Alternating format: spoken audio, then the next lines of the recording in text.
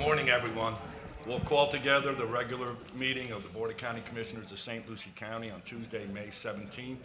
Would you please rise for the Pledge of Allegiance and the invocation? Invocation first. I invite you to join with me if you're willing. Gracious Father, as we are reminded once again of another deadly shooting, we pray for those lost or wounded.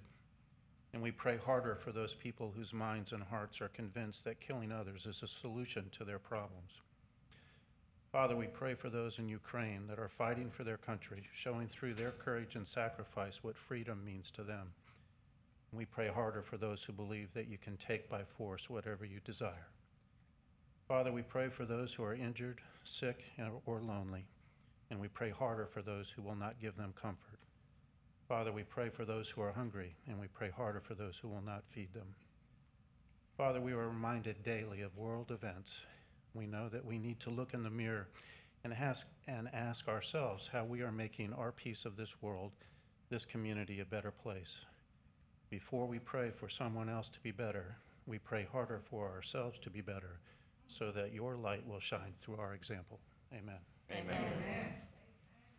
I pledge allegiance to the flag of the United States of America and to the republic for which it stands, one nation, under God, indivisible, with liberty and justice for all.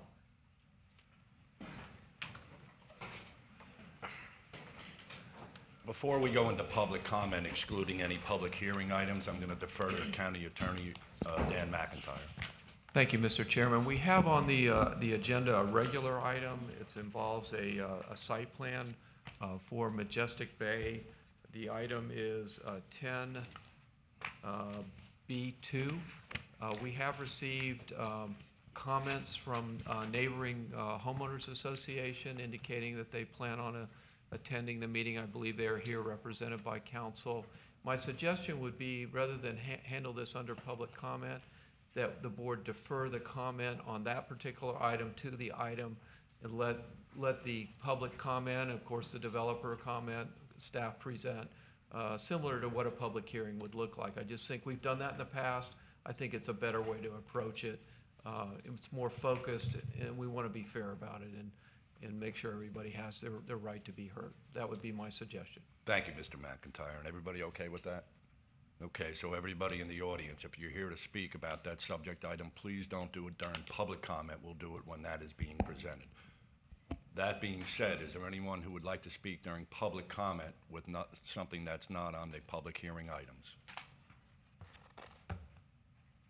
Seeing none, I'll close public comment, and I'll entertain a motion to approve the minutes of the BOCC regular meeting of May 3rd, 2022. So moved. We have a motion by Commissioner Bartz. Second. Do I have a second by Commissioner Hutchinson? All those in favor signify by saying aye. Aye. Aye. Motion carries. All right, we've got a few proclamations this morning. We're going to start with Resolution 22075, proclaiming the month of May 2022 as Trauma-Informed Care Month in St. Lucie County. And I believe that Crystal Morris, the founder and Chief Executive Officer of One Caring Adult, Inc., is in the audience, and I'll meet you down by the podium. A resolution proclaiming May 2022 as Trauma-Informed Care Month in St. Lucie County, Florida. Whereas the Board of County Commissioners of St. Lucie County, Florida has made the following determinations. Trauma is any experience or event, real or perceived, that results in lasting adverse effects and impacts an individual's ability to overall well-being, leaving them stuck in survival mode. Trauma is the gateway drug. Invest in Adverse Childhood Experiences, ACEs, provides education for our community residents and stakeholders. ACENT science shows the link between childhood trauma exposure from abuse, neglect, and household dysfunction and adverse adult outcomes such as poverty, poor health, substance misuse, and mental illness. Adults with 4 or more ACEs have 3 times the rates of lung disease, 2 times the rates of liver disease, 5 times more likely to develop depression, 11 times the rate of IV abuse, and 14 times the rate of suicide attempts. There are approximately 35 million child victims of trauma before the age of 18. Based on a 2020 report from the Florida Youth Substance Abuse Survey, 62.5% of high school students in St. Lucie County reported they had at least one ACE. The community should commit to moving from trauma-informed to healing-centered to eliminate the underlying issues that causes trauma exposure. Healing-centered engagements is strength-based, focusing on what is good and right about an individual to address the collective impact of trauma. Education is important to foster a healthy village for every child, to achieve the village of all businesses, schools, government agencies, healthcare providers, faith-based organizations, nonprofits, and residents must be able to meaningfully engage in growing their understanding of ACEs and how to heal from them for our collective benefit. Now therefore be resolved by the Board of County Commissioners of St. Lucie County, Florida, that this board does hereby proclaim May 2022 as Trauma-Informed Month in St. Lucie County, Florida, and emphasizes the need for increased education, access, and services that are culturally appropriate for residents to increase positive mental health, educational, professional, and business outcomes. Passed and duly adopted the 17th day of May 2022. Can I have a motion to approve? So moved. Motion by Second. Commissioner Barth, second by Commissioner Townsend. All those in favor signify by saying aye. Aye. Aye. You'd like to get a picture, Crystal, and then we'll join. Thank you.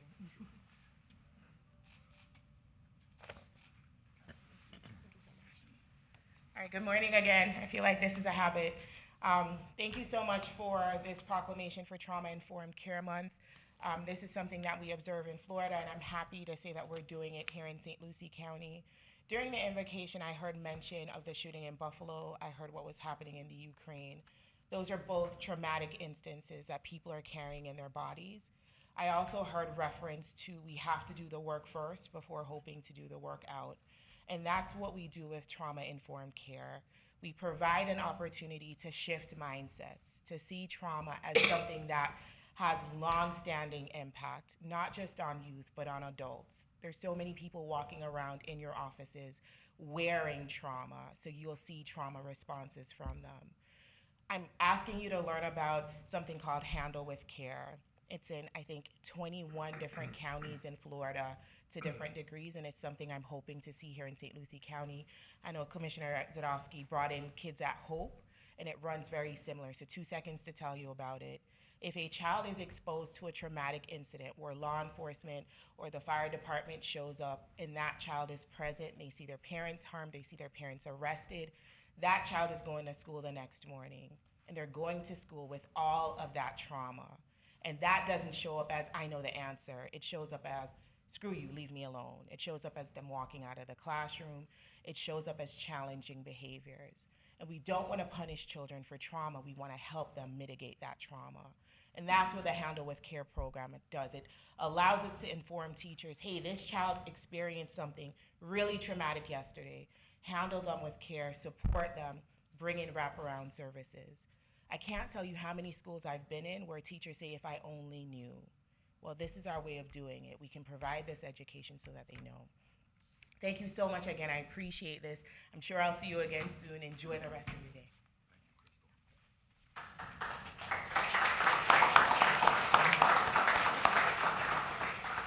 Next is Resolution 22-070, proclaiming May as a National Foster Care Awareness Month in St. Lucie County, Florida. And this morning, this will be accepted by Michael Keene, the Executive Director of 4Kids Treasure Coast, and Kenya Reinhardt, Community Relations Coordinator for 4-H Kids Treasure Coast. Madam Secretary.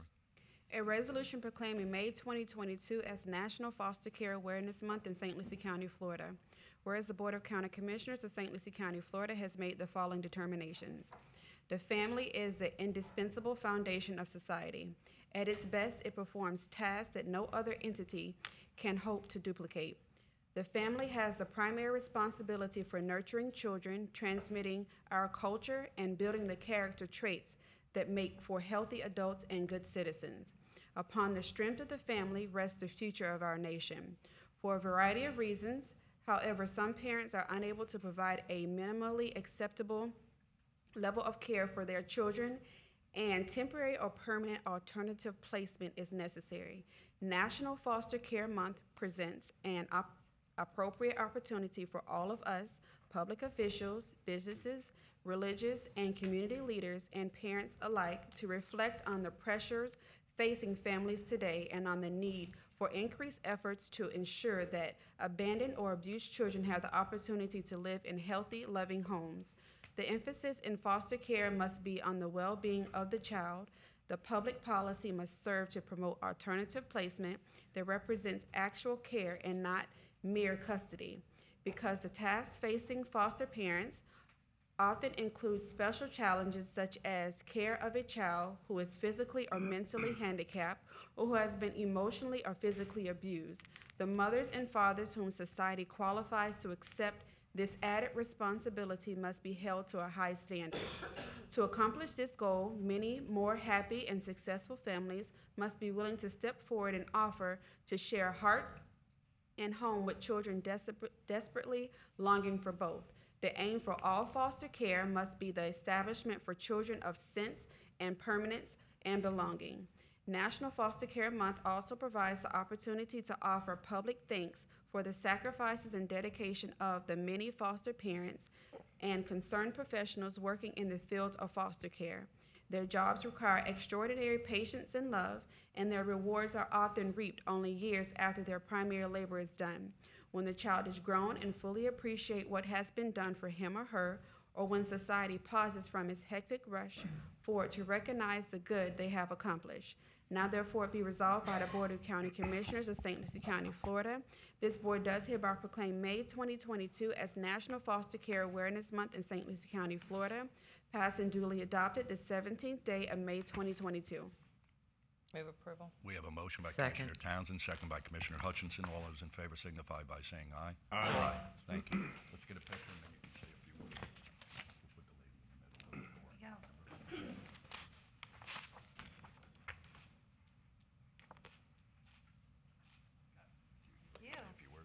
lady in the middle. A few words. Well, thank you, and thank you for everybody in attendance as well, and how timely it is to just hear actually the proclamation for trauma-informed care, because in 2021, 178 children were removed from their home and placed into foster care, and that's grounds for trauma. They're being displaced from everything they know, their family, their friends, oftentimes their schools or their daycares. 4Kids has 29 families, foster families in St. Lucie County. We have 60 in the Treasure Coast, so we are about half in St. Lucie County. But where are the other children going? And I'll let you all ponder where those other children are ending up, but there's trauma that's happening. But thank you for recognizing this time for our foster families. My wife and I are foster and adoptive parents. We have 7 children, 4 from foster care and 3 biological. And let me tell you, the trauma that kids undergo through foster care of no fault of their own, it takes a toll on the children, and it takes a toll on our community. And we need to rally together to be able to not only bring awareness to foster care, but do something on the front end so that families are not broken apart. Families are not in a position where children have to be removed because they don't have certain items or they're under-resourced or underprivileged. But if we as a community can gather together in order to prevent kids from coming into foster care, we're going to have a healthier community, we're going to have a healthier society, we're going to have a healthier economy. And this proclamation is just one step in that that gateway into changing our community. So I wanted to thank you, and I wanted to give some time to Kenya to be able to speak as well. Good morning, Commissioners. Thank you for having us here this morning and recognizing May as National Foster Care Awareness Month. I would be bold, and I know many of you, so I don't want you to get nervous, but I would be bold to invite everyone here to just take a moment with me, close your eyes, and I'm going to share with you some information that I really want you to try to picture what this means. So if you would, close your eyes with me. 6 children. We declined 6 children the gift of family in the month of April. That's 2022. Last month, 6 children. 12-year-old Brittany, 14-year-old Kayla, 5-month-old Liana, 11-year-old girl Dorothy, siblings, 2-year-old girl Gina, Jameson, 10-year-old boy. You can open your eyes. Every number has a name, and every name matters. May is National Foster Care Awareness Month, but every day should be National Foster Care Awareness Month. Say yes. We have a shirt at 4Kids that says say yes. Today when you leave here, I would ask you to leave thinking about that, thinking about those 6 children in our community that did not have the gift of family, alone, scared, with nobody. No relative, no teacher, no neighbor, no caregiver to take care of them. We declined 6 children the gift of family. So today I say yes to being a voice. You too can be a voice. And when you leave here today, I hope that you ask yourself, not if I should do something, but what should I do to help the children in our community know the gift and safety and love of family. Thank you.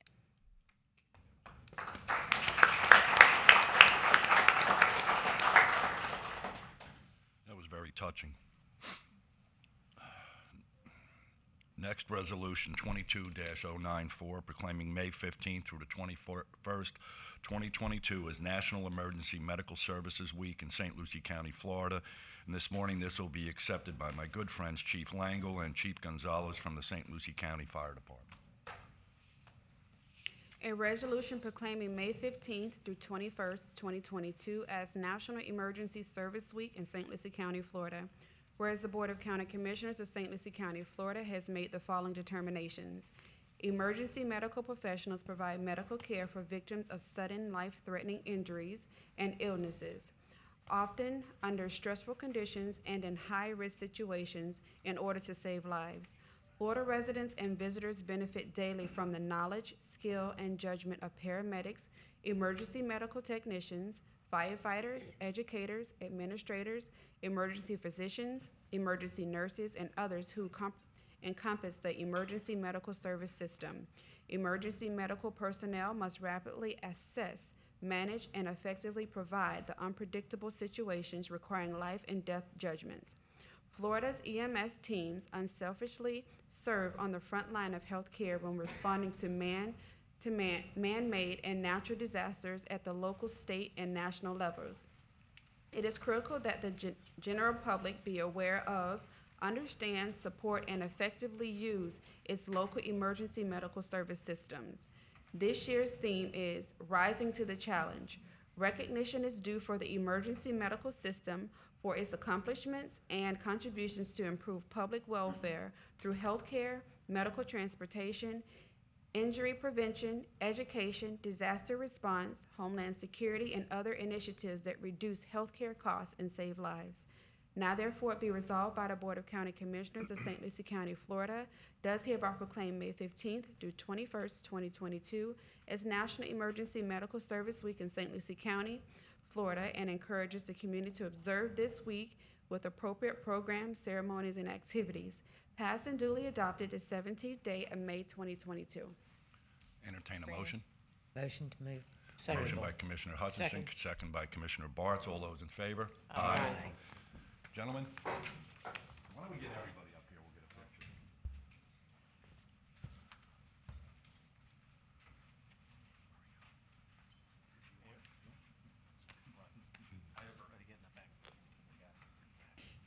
Short guys up front. No, you come on up here. You're not wearing blue. We'll still get you in here.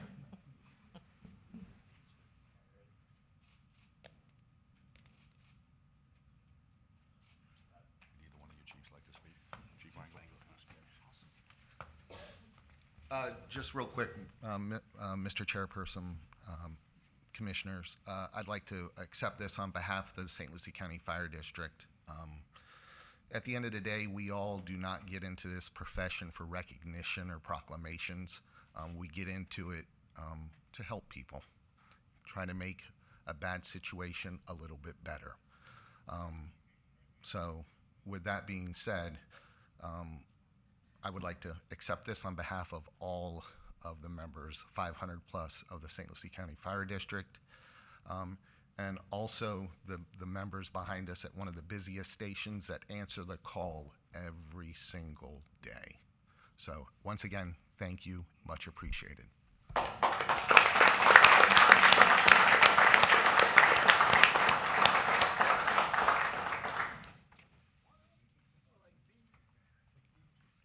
looks like a football team.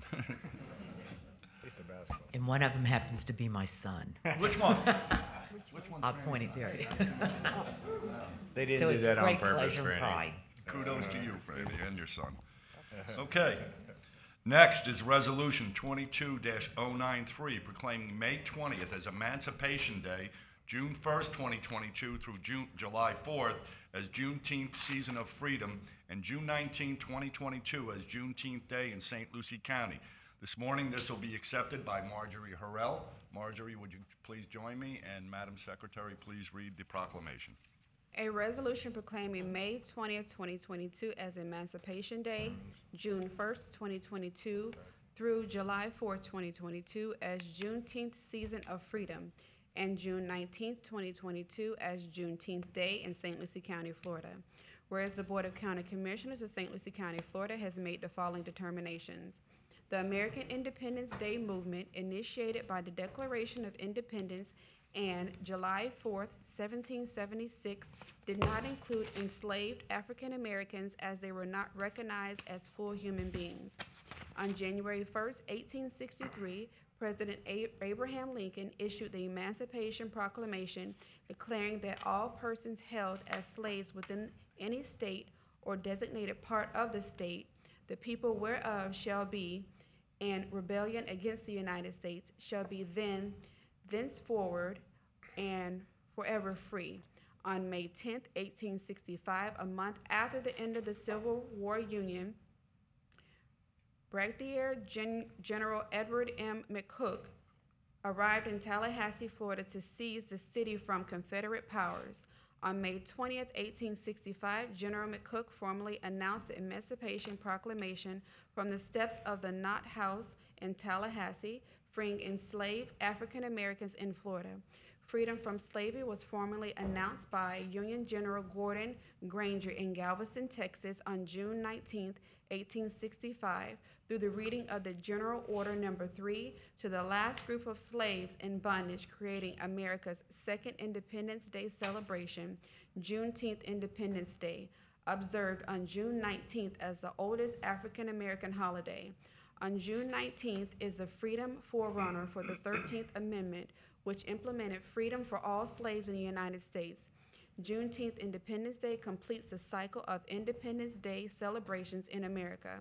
In 1997, the 105th Congress of the United States passed Senate Joint Resolution 11 and House Joint Resolution 56, officially recognizing Juneteenth Independence Day in America. The Juneteenth celebration commemorates the emancipation of Southern blacks on June 19, 1865, 2.5 years after the signing of the Emancipation Proclamation. The memory of all those who moved from slavery to freedom remains as a lesson for all Americans, regardless of their background, race, or religion. Emancipation Day is traditionally celebrated on May 20th in Florida and provides an important opportunity to celebrate and commemorate the achievements and contributions African Americans have made. We will continue to make in Fort Pierce, the state of Florida, and the United States. Florida legislator issues an apology on March 26, 2008, expressing profound regret for the shameful history of enslaving black people and passing laws that sanction involuntary servitude upon generations of African slaves. Now therefore be resolved by the Board of County Commissioners of St. Lucie County, Florida, does hereby proclaim May 20th, 2022 as Emancipation Day, June 1st, 2022 through July 4th, 2022 as Juneteenth Season of Freedom, and June 19th, 2022 as Juneteenth Day in St. Lucie County, Florida. Passed and duly adopted the 17th day of May 2022. Motion to approve. We have a motion by Commissioner Barnes, second by Commissioner Zadowski. All those in favor? Aye. Ms. Harrell, would you like to say a few words, or Betty, or somebody?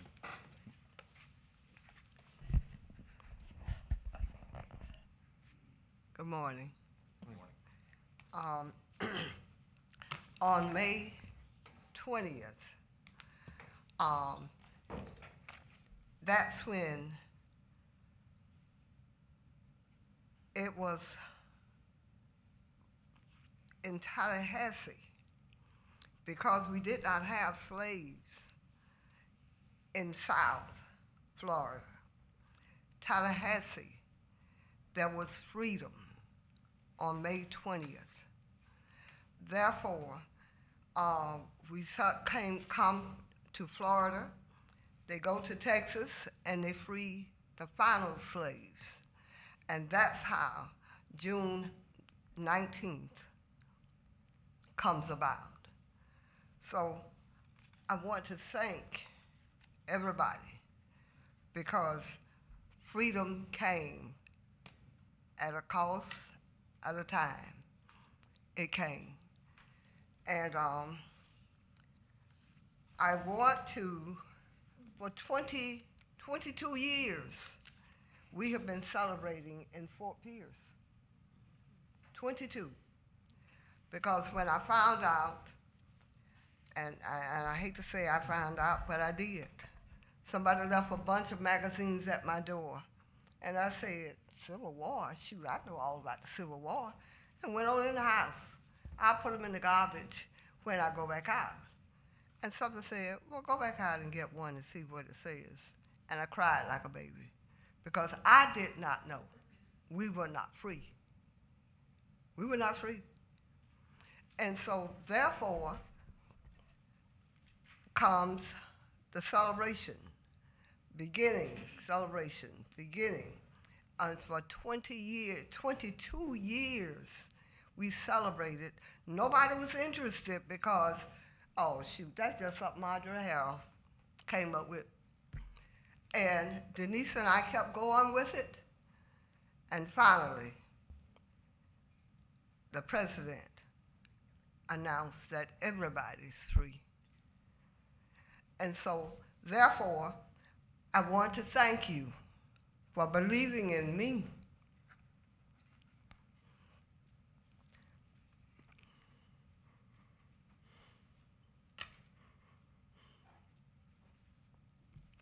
I want to thank you. 22 years. Thank you.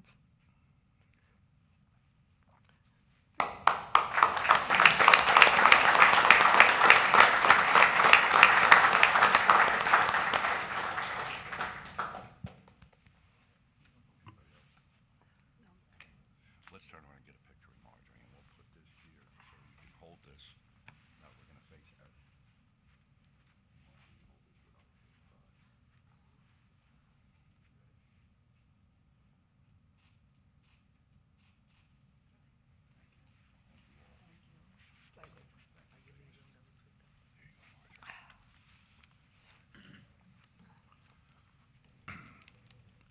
And although there's no one here being present today, Commissioner Zadowski will be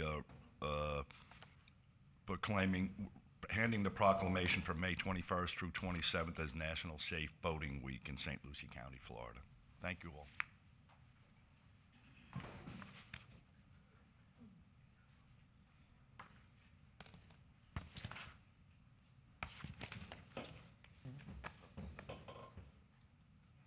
Mr. Chair, could we at least approve the resolution so it came from the entire board? Okay. So I'll move approval.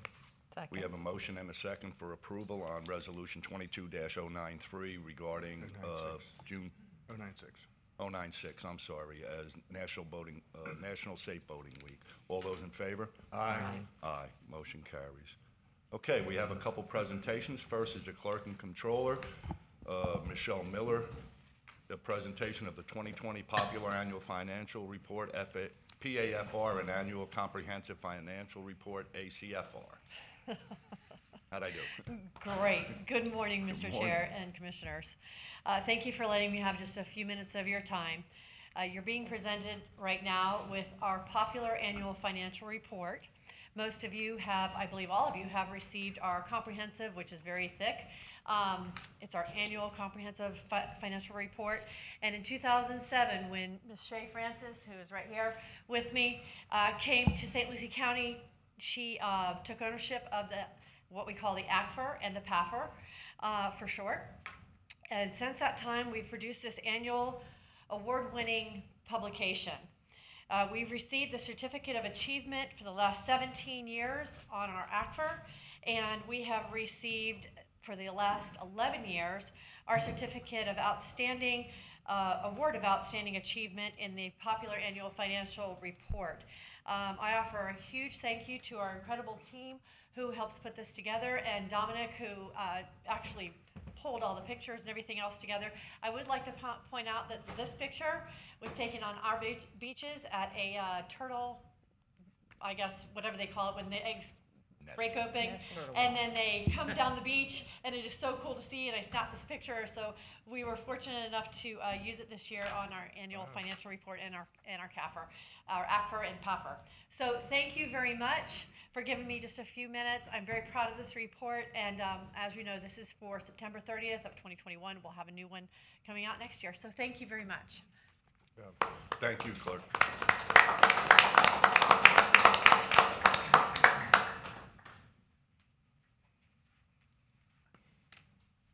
Next is Children's Services Council, and this is the Aquatics Grant. And with us this morning is Ashley Mock, the Chief Operating Officer of the Children's Services Council. Good morning. Good morning, Commissioners. Summer Ivy Platt, Parks and Special Facilities Division Manager. We are getting ready to ramp up the aquatic season. Kira is our coordinator. She's here to give you a little background on the CSC grant. And if you have any questions, we're always available for them. Thank you. Good morning. Good morning, everyone. We are here to accept a generous grant for the St. Lucie County Aquatics programs from a longtime partner, Children's Services Council. The donation will allow children in St. Lucie County to participate in swim lessons at a greatly reduced cost. Ashley Mock, the Chief Operating Officer of CSC, is here to present us the grant of $13,925. Our department and community greatly appreciate this donation to help families receive swim lessons. According to the CDC, drowning is one of the leading causes of unintentional injuries and deaths in children under the age of 18 in the United States, and is the second leading cause of unintentional injury in children between the ages of 1 and 14. For every drowning death, there are multiple non-fatal drowning incidents that result in injury, some of which result in long-term disabilities. Statistics show that participation in formal swim lessons can reduce the risk of drowning among children and young adults. St. Lucie County Aquatics strives to make residents safer in and around the water by providing opportunities for affordable swim lessons. Thanks to CSC, over 200 children have been given the chance to participate in swim lessons to gain life-saving knowledge and skills that they may not have had otherwise. I'd like to present Ms. Ashley Mock. She's going to say a few words. Thank you. Good morning. I first have to say, I know that most of you were probably expecting Sean today. He's very upset that he couldn't be here this morning, so he does send his regrets. I did just want to say a big thank you on behalf of our council, our team, and especially Sean for the support that the Board of County Commission has given to our organization over the past 32 years. It's not a surprise to you guys that we are big fans of St. Lucie County. And I did just want to take a minute to our network of more than 50 programs works really hard in our community to ensure that every baby is a healthy baby, to stop child abuse before it happens, to keep kids off the streets, in school, and away from drugs, alcohol, and other risky behaviors. I'm sure that's not news to any of you. But that network of programs was able to serve more than 30,000 children in our community last year, which is amazing. The partnership that we have with St. Lucie County for the aquatics program has gone on for more than 20 years. And in that time has been able to provide low or no cost lessons to more than 5,000 children in our community, which is huge. We're very excited about the partnership for this year. We have lots of conversation with the county aquatics staff about the best ways to make use of our funds. I'm really happy to say that this year we have eliminated the cost for children who are participating in our summer camp programs to have lessons. So that's something new that we've kind of shifted to this year that we're really looking forward to, as well as the continued partnership with the aquatic staff and the Board of County Commission. Thank you. Great. Thank you. Thank you.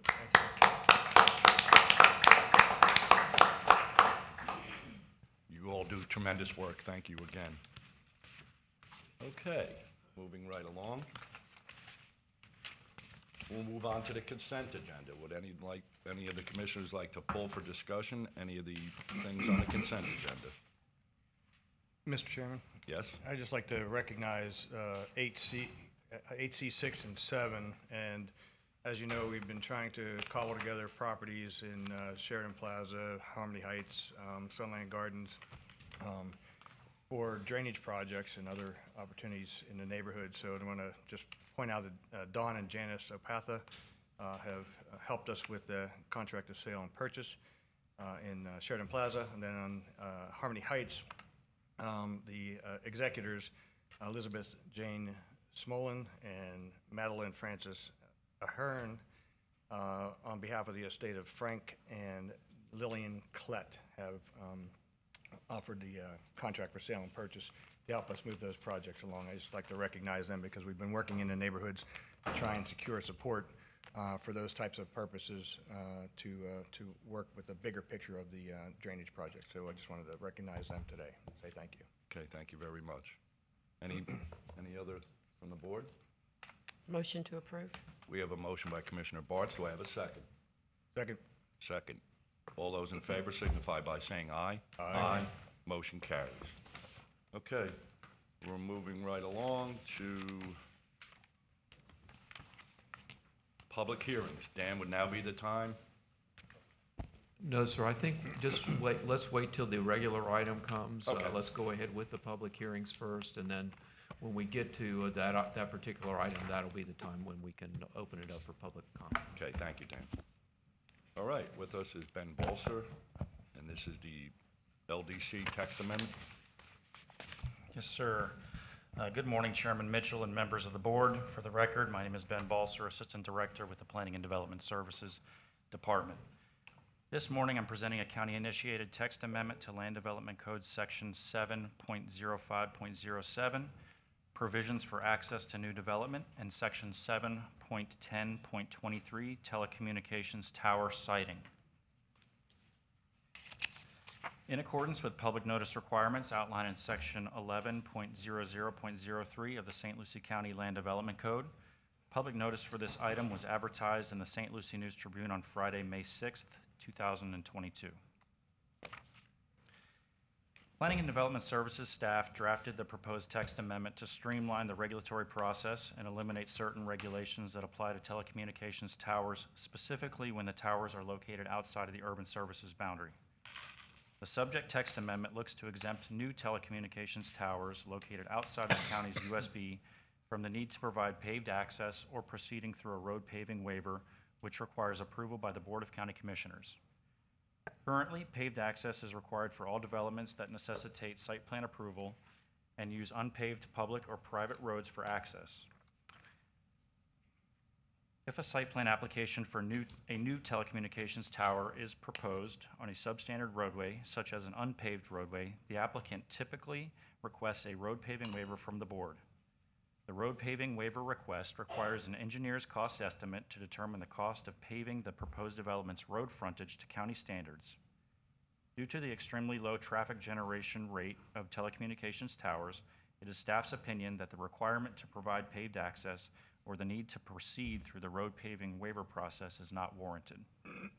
Additionally, the amendment provides for an exemption from telecommunications towers located outside of the urban services boundary from the requirement to provide on-site landscaping to screen the base of the tower if the existing native vegetation or an intervening building serves to screen the base of the tower from adjacent rights-of-way or any residential use. The current requirement within the code is intended to provide for aesthetic enhancements that will blend the tower into a natural setting and minimize visual impacts. If native vegetation or intervening buildings are present to provide the visual screening from adjacent rights-of-way or surrounding residential uses, the requirement to provide additional landscaping is redundant and does not further the intent of the Land Development Code. The amendment eliminates language that delays the growing need and demand for reliable wireless communication service and protecting the public health, safety, and general welfare of residents specifically located outside of the county's urban services boundary. The text amendment is not anticipated to create adverse impacts associated with tower development pursuant to the paving and landscaping provisions proposed. The Planning and Zoning Commission, at their April 21st, 2022 meeting, voted unanimously to recommend approval of the proposed text amendment. Staff finds the amendment to meet the standards of review set forth in St. Lucie County Land Development Code and is not in conflict with the goals, objectives, and policies of the comprehensive plan. Staff recommends the board authorize to schedule the second public hearing on this item at its June 7th, 2022 meeting, beginning at 6 p.m. or as soon thereafter as may be heard. I am available to answer any questions that you may have. Does anyone from the dais have any questions for Mr. Bolson? Seeing none, I'll move for approval for the second. Oh, this is a public hearing? Yes. Anybody from the public like to speak on this subject matter? Seeing none, I'll close public hearing on this subject matter. Move approval to the second reading on June 2nd. Thank you. We have a Sorry, motion June by 7th Commissioner at 6. Hutchinson, second by Commissioner Townsend. All those in favor signify by saying aye. Aye. Motion carries. Thank you very much. Moving on to number 2.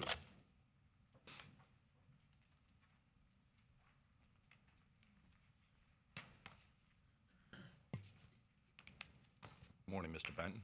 Good morning, Chairman Mitchell, members of the board. Corey Benton, Assistant Planning Manager for the record.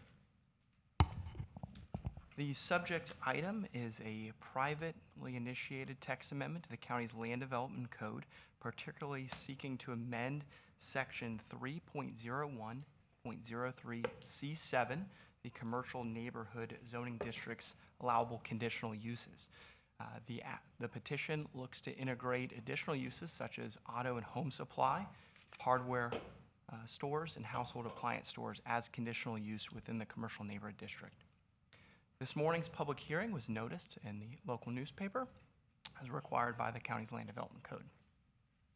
The commercial neighborhood district has a purpose to provide suitable, limited retail trade and service activities covering a relatively small area, and that is intended to serve the population living in the surrounding neighborhoods. The commercial neighborhood district is typically a transitional area adjacent to residential communities, whether it's multifamily or single family, and adjacent to minor arterial roads or even collector roads in St. Lucie County. This is a snapshot of the overall St. Lucie County jurisdiction and the pockets of commercial neighborhood that we have scattered around, as noted, serving sections and segments of our community. Areas highlighted in Lakewood Park, Orange Avenue, West 25th Street and Angle Road, Okeechobee Road and adjacent areas, some pockets along Midway Road and White City area, and Hutchinson Island on the South Island, and even in the very north Hutchinson Island area, where the former P.V. Martin's Cafe restaurant site is in our commercial neighborhood district. It's noted that through a rezoning process to a planned non-residential development, the uses that are permissible in the commercial neighborhood district may be considered and proposed within a residential land use district. Therefore, today's text amendment could have broader impact if someone were to petition a rezoning and a conditional use in areas other than those listed in this map. Today, various permitted uses in the commercial neighborhood district include such as banks, real estate offices, repair services, retail trade of convenience and neighborhood goods with an individual building not exceeding 6,000 square feet to ensure that the size and scale is compatible with the surrounding areas, low THC and medical marijuana dispensing facilities, laundromats and dry cleaning facilities, and then barber shops, beauty shops, and salons. Additionally, membership organizations like churches, Fraternal Order of Eagles, something that congregates individuals like that would be permissible in the commercial neighborhood district as a by right use. There's a subset of conditional uses that would require a petition review by the Development Review Committee, recommendation by our Planning and Zoning Commission at a public hearing, and proper notice and a hearing by this board to consider the size, scale, nature, and location of these types of uses in a commercial neighborhood district. Those would include car washes, daycare, adult and child care services, postal services, gasoline fueling stations, telecommunication towers, and even self-storage facilities limited to an enclosed single-story facility. This is the most recent addition to the commercial neighborhood Land Development Code. We have the example of Barren Island Storage on South Hutchinson Island that went through a conditional use process, established an interior self-storage facility serving the surrounding area. And so there has been interest in the market to consider some minor updates and tweaks to this zoning district's Land Development Code guidelines. The petition before you this morning looks to integrate auto, and home supply stores not exceeding 10,000 square feet in floor area, offering retail sale of new automobile batteries, parts, and accessories, excluding tire dealerships, with specific hours of operation limited to 7 a.m. to 8 p.m. in the evening. Hardware stores with a range of size between 6,001 square feet up to 10,000 square feet with the same hours of operation standards. And household appliance stores dealing primarily in new appliances between the same range of 6,001 and 10,000 square feet in size with the same hours of operation standards. Again, through a conditional use petition, consideration of particular locations, the size of the property, access, buffering, landscaping, and compatibility with surrounding areas, this petition would allow for consideration of these uses with these specific use limitations in a commercial neighborhood district. Here's an example site for eligibility consideration. This is at the northeast corner of Prima Vista Boulevard and Eroso Boulevard, where we have developed today an auto parts store within the size range contemplated. It's adjacent to some single-family areas, canal to the north side. It has reasonable access. And through a conditional use process, development of this type of site with considerations of traffic generation, parking demands, stormwater, buffering, even those hours of operation we highlighted, and compliance with the county's community architectural standards. Staff and the Land Development Code standards of review are supportive of the proposed text amendment, as there would be adequate safeguards and the availability to consider site-specific conditions to ensure assimilation and compatibility with surrounding areas on a case-by-case basis.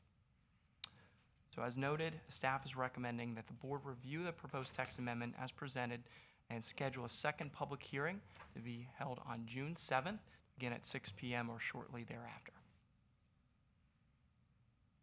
Are there any questions for Mr. Benton? Seeing none, this is a public hearing. If anyone would like to speak, please stand up, come up to the podium and introduce yourself, please, sir. Thank you. My name is Michael Harris.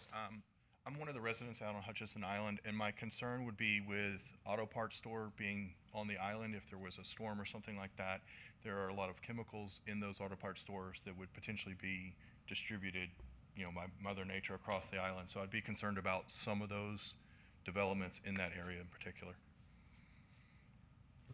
Chair, members of the board, I would have to evaluate on micro level our current zoning map for South Hutchinson Island, but I believe the Barren Island storage site actually occupied the last remaining commercial neighborhood property on South Hutchinson Island. There are still some examples of commercial general property adjacent to the Cumberland Farms that would be eligible for an auto parts store today. But again, the text amendment this morning would allow for a petition to request a conditional use on a site within the commercial neighborhood or through a plan development rezoning process.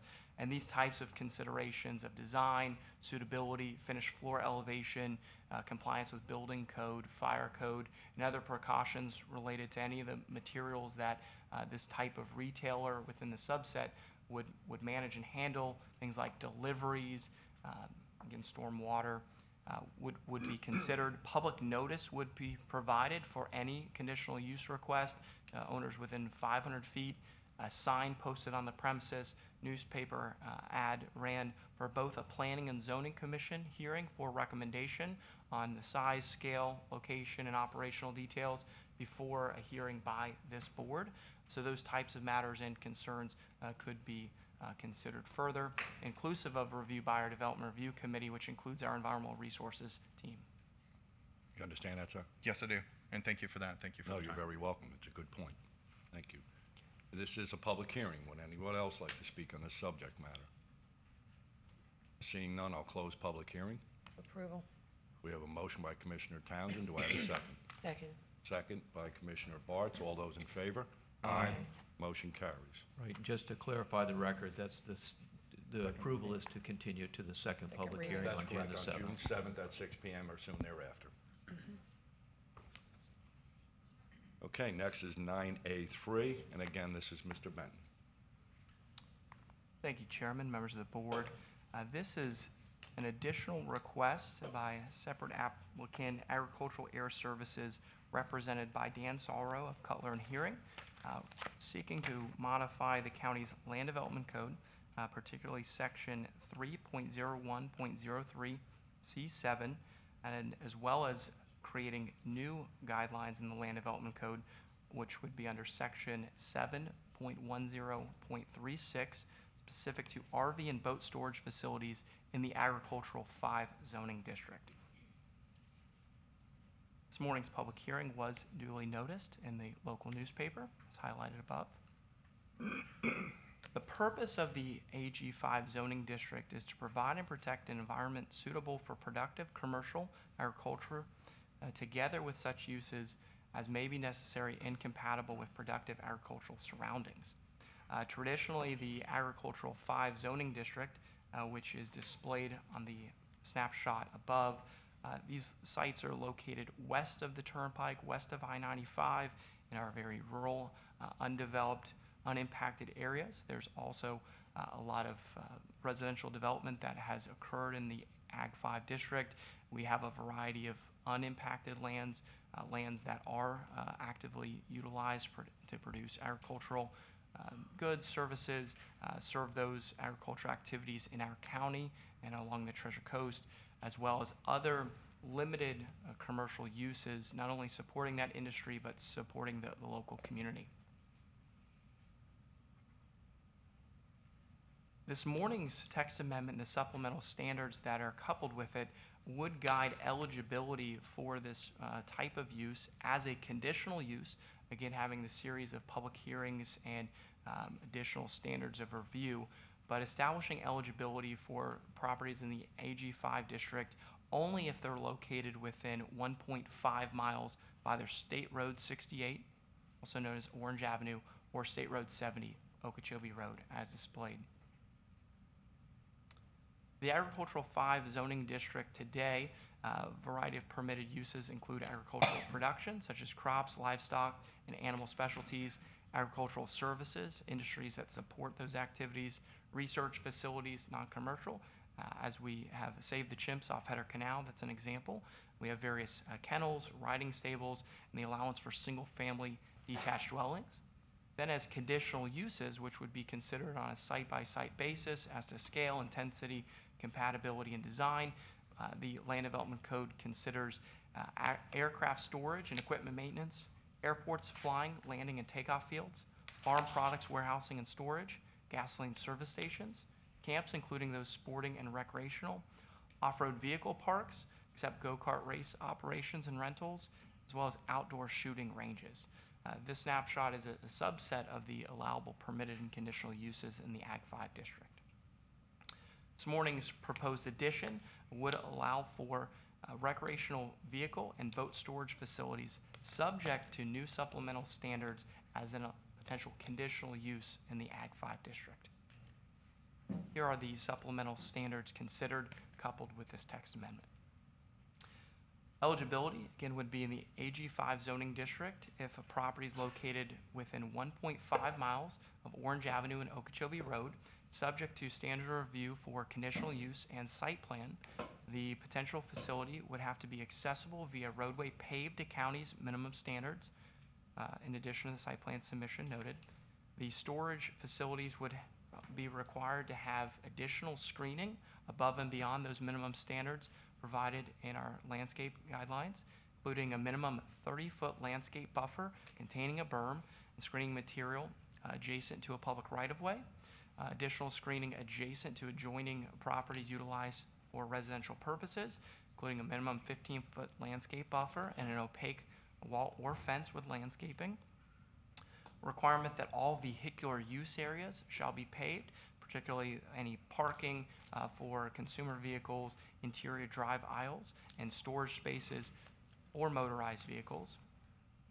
Site plan evaluation, including provision of water, wastewater, electric service, stormwater quality treatment, lighting, refuse collection, and similar improvements necessary for non-residential use. Requirements specific to on-site lighting to ensure that there's no adverse impacts on adjacent properties.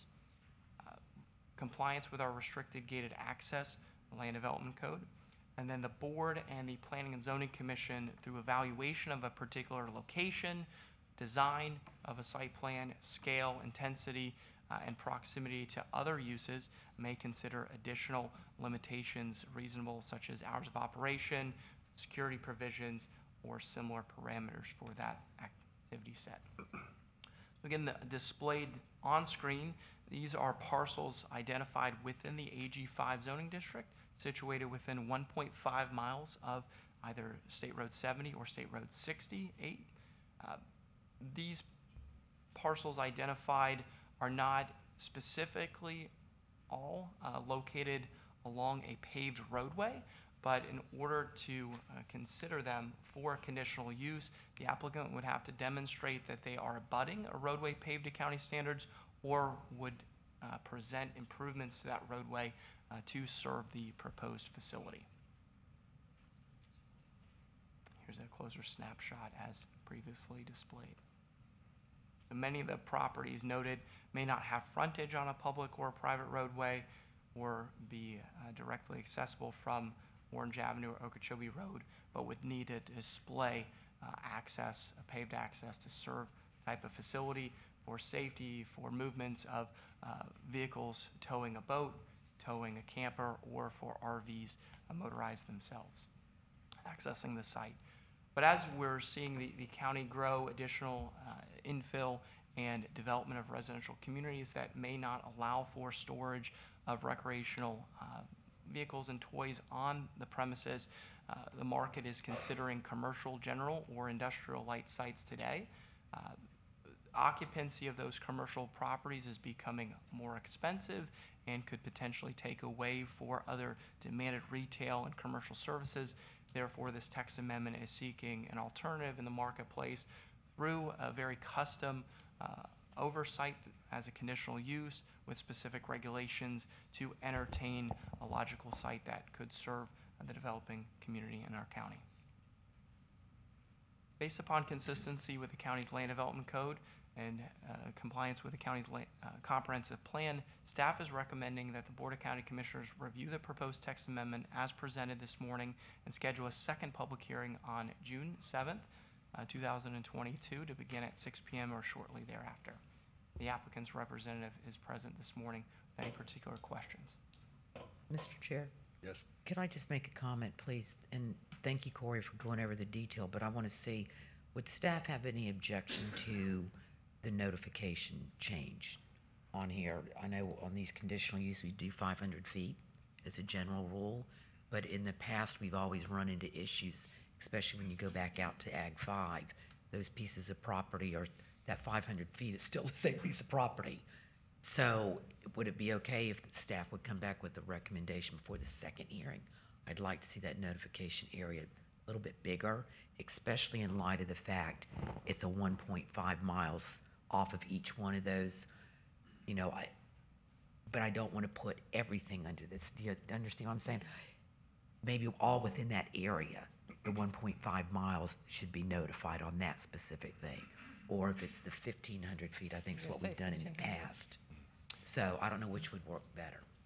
Chair Mitchell, Vice Chair Hutchinson, I think that consideration would not add much of a burden or cost to a potential applicant. As you noted, there are very large parcels adjacent, therefore 500 feet does not cover an expansive area. Right. With most properties, we may need to notice 5, possibly 10 properties in the Ag 5 district. Extending that to 1,000 or 1,500 feet wouldn't provide much more hardship, but it increased public notice. Staff is always recommending a public meeting in advance of any petitions, and so I think that supports the overall awareness. Beyond that, since the land development code today for general conditional uses is specific to 500 feet, I think the addition would be exclusive to RV and boat storage facilities. It's part of a line in the supplemental standards to include an additional courtesy notice, where if notices are extended to 1,000 or 1,500 feet, responses would be included in the record, but not necessarily impact the 4/5 vote for a conditional use, because the land development code binds that, I believe, to 500 feet. but we can certainly explore, and I think staff would support that expanded notice area. We'd have to look between now and the June 7th hearing, if the board so chooses to schedule it, to consider whether responses trigger it, within the yeah. 1,000 or 1,500-foot expanded area would be binding as part of that 4/5 vote. And that's why I asked if we could look into it and have staff bring it back to us before the next hearing on it, because I wasn't sure where that cutoff came in as you pointed it out, but thank you. I do think it would be a valuable addition. Fine. Thank you. Again, this is, any other Mr. Chair, questions if I of could- Mr. Bennett? If I could. Corey, can you go back to your conditions slide? So in here, under E, on the lighting side, it says include motion sensors. Does that include timers, motion sensors? And because when you're out there, you have a large expanse and you can see for miles and miles, and it would be just like the Emerald City all lit up at all hours of the night. So whether it's spillover or not, you're still going to see it from a distance. So is that part of the condition, or is it just simply the motion sensors, or is it timers? Chair Mitchell, Commissioner Zadowski, members of the board, during staff's discussion with the applicant and even our hearing with Planning and Zoning Commission, the inclusion of motion sensors was added in the unanimous motion by the Planning and Zoning Commission. Actually, I believe it was a 6-1 vote. My apologies. As part of the conditional use review, staff is looking at whether A, if the applicant is proposing lighting via photometrics plan, B, any potential spillover, the extent of the light fixtures, the height, any glare. But I think the encouragement from staff and the Planning and Zoning Commission through the conditional use review would be to not only include motion sensors, but to have timers on the light fixtures. And so that can be evaluated on a case-by-case basis, but certainly minimizing impacts on surrounding areas, the ability to see stars out west, those are all externalities that we want to encapsulate and suppress with new non-residential uses out west. Thank you. And then the next question simply is just, I just want to make sure that it's clear that, and we have oftentimes development come in, private investment comes in, and then there's a request for county taxpayers to pay for roads. It's in here, I see it there. I just want to make sure that that's firm in the language that, we're okay for private investment. We want you to be profitable, but not on the backs of current taxpayers. So that's a concern that I have. I see it written there. I just want to make sure that that's firm in the language. Certainly, Commissioner. And with this supplemental standards, it's my understanding that it would not allow for a road paving waiver to be petitioned for this particular use, as it would require not only a conditional use permit to be issued, but direct compliance with these supplemental standards. So as a petition site were to progress, verification that it has access and a thoroughfare to paved roadway would be part of the verification and standards of review. All right, thank you.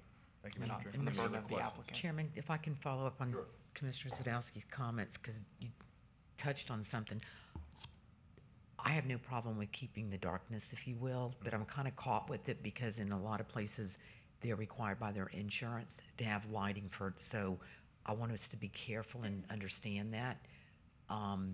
So that goes along with what you're saying, is it can help in many ways, but because it's along those corridors, if the lighting could even be to light up the dark roads that we all get complaints on, especially Midway, because we've been out here petitioning and DOT has been good enough to put out lights at least at the Midway and Okeechobee intersection right there. But that doesn't mean that the rest of the road would hurt to have a light here and there. Yeah. Well, Facing the roadway, not out on personal the one thing I was looking at is the motion sensors from a security standpoint, is that was an added benefit to the security side. So And I understand that, but again, I don't know what the insurance is on a lot of these places, if they're required to keep it down, because the motion sensor can go off with an animal going through. Any other questions of Mr. Benton? This is a public hearing. Does anyone from the audience like to speak on this subject matter? This is a first. What we'll do is I'll entertain a motion to have this read on June 7th at 6 p.m. or shortly thereafter. I'll entertain a motion. So moved. We have a motion by Commissioner Bartz. Do I have a second? Second by Commissioner Hutchinson. All those in favor signify by saying aye. Aye. Motion carried. Thank you. Moving on to the regular agenda, County Attorney. Thank you, Mr. Chairman. This particular item relates to a termination of a road impact fee agreement that we did back in 2010 between the county and Dibra PSL Development LLC. This item also is related, I believe, to another item that planning will be presenting shortly. It's an item involving Prima Vista Commons. As I indicated, the county did have a road impact fee ordinance. It's been in place since 1985. It does currently and has always provided for credits for donation of non-site related right-of-way on roadways that are part of the county's road impact fee eligibility network. In 2007, Dibra PSL Development LLC dedicated about 11 acres for future widening along Leonard Road, which was part of our eligibility network. And in 2010, we entered into a road impact fee credit agreement that provided for credits for that donation. It was based, I believe, on 120% of appraised value. If we give credits, we do not allow the density to be transferred. So with that in mind, I believe there's a potential new developer that actually would prefer to get the density rather than the road impact fee credits. So they are proposing to terminate the road impact fee credit agreement. No credits have been given, is my understanding, and they would prefer to terminate the agreement and then use the density for the new development, which is Prima Vista Commons, which you're going to be considering a major adjustment in just a few minutes. In that vein, staff does not have any objection and recommends approval of the termination. Mr. Chair? Yes. Mr. McIntyre, does that negate the donation? No, sir, the donation would stay. Just wanna make It's sure that county that's right clear. away. It's Okay. just that they won't be compensated for it, but they can retain the density. But we got 11 acres. We've had it since 2010, and it will stay in the county road network. And then the other question, Mr. Chairman, is since it's been suggested that we open the regular hearing to, or the regular agenda item, you want to hear these two together? Is that something, Mr. McIntyre, you wanted to? This is something different. I know, but they're connected in some way. Right. If you want to take if you want to go right into the Prima Vista Commons as a segue, you could do that. This does not relate to the Majestic Bay that we were talking about. That's a separate item. But if the board Okay. wants to consider the Prima Vista Commons at this time, you could. My mistake. Yep. Thank you. Any questions from the for the county attorney? Seeing none, I'll entertain a motion. Motion to approve. We have a motion and a second. Motion by Commissioner Hutchinson, seconded by Commissioner Townsend. All those in favor? Aye. Motion carries. We also have a placeholder, Dan. Yes, sir. Thank you. This item relates to opioid litigation, which the board initiated some time ago, along with the cities of Fort Pierce and Port St. Lucie. We have been engaged in litigation along with a number of other local governments in the state of Florida and actually in the nation, and they've been successful. We've actually approved settlement agreements as an example previously with CVS, Teva, Legron, Endo Health Systems, and others. We now have a proposed settlement agreement with Walgreens. It's for nationwide, it's for $683 million.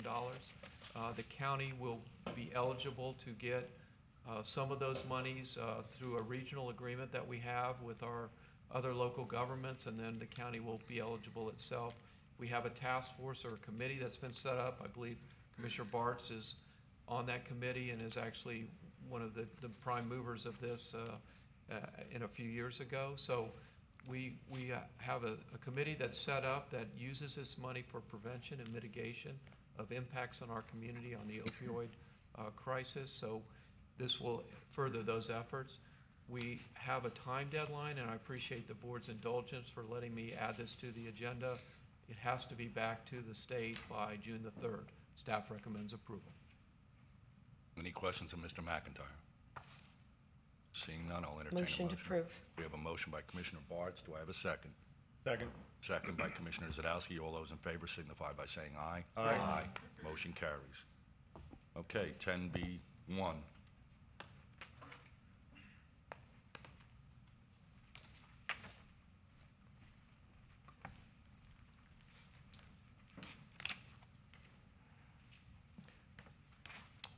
Good morning again, Chairman Mitchell, members of the board, and Corey Benton, Assistant Planning Manager for the record, presenting agenda item 10B1, which is a major adjustment to an approved major site plan for a project known as Prima Vista Commons, requesting authorization for a 150-unit multifamily residential development situated at the northeast corner of Prima Vista Boulevard and Leonard Road. The subject petition site was originally just over 33 acres of land. Roughly 2 acres was divested through a cross-party agreement when right-of-way was dedicated to St. Lucie County, as noted in a preceding item. Right-of-way dedicated for expansion of Leonard Road and Prima Vista's intersection, as well as a county stormwater pond which abuts the property. Property is located within the RM5 zoning district, which allows for a density up to 5 dwelling units, supporting both single-family, duplex typology, as well as multifamily development. The RM5 zoning district is situated also to the north and northeast, and to the west, we have the RM9 zoning district to the northwest, and lower density AR1 zoning immediately to the east and further east. Far off into the east-southeast screen, we'll see the PUD, which is the Silver Oaks PUD development that remains active, and then much of the institutional zoning district situated in blue or indicated by blue is owned by St. Lucie County, including some of the Savannah's recreational area and preserves. The history of this site and site plan approvals dates back to 2005, in which the Board of County Commissioners granted approval for a 150-unit apartment complex on the 33.6 acres. Later in 2007, the dedication of right-of-way progressed for Leonard Road as well as the associated stormwater pond. Then in 2015, the Board of County Commissioners adopted a resolution granting approval of a major adjustment to that major site plan, shifting the design to a 120-unit senior housing facility on just under 14 acres, but it accounted for an additional out parcel for an alternative use. That site plan remains active today based upon various extensions in accordance with Florida state statutes and emergency orders authorized by the governor over time. The proposed adjustment presented this morning looks to modify the plan, expanding back out the entirety of the acreage to support a 150-unit multifamily residential community with amenities in the RM5 zoning district. The design accounts for wetland preservation and preservation of buffers around those native wetlands, 2 large stormwater ponds to support stormwater facilities and water quality treatment for the project, 230 parking spaces to support the units, which is above the minimum requirements of the county's land development code, but certainly a balance as we look at the overall characteristics of the property, looking to minimize any impacts to wetlands and then native tree canopy on the property. Clubhouse and pool amenity center is integrated into the site design, as well as pedestrian links and walking trails. Tree mitigation is a notable component of this adjustment, including preservation of a significant amount of trees on site, but also due to the characteristics of the property, there's substantial impacts of trees that would require mitigation through a payment in lieu of, additional planning on site, and then a further alternative to be determined at the applicant's coordination with our Environmental Resources Department.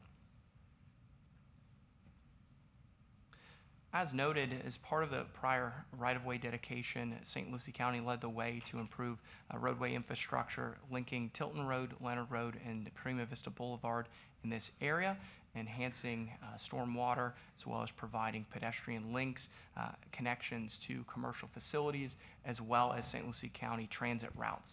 So this site is strategically situated in proximity, walking distance to those commercial services, employment, as well as Savannah Ridge Elementary School to the north.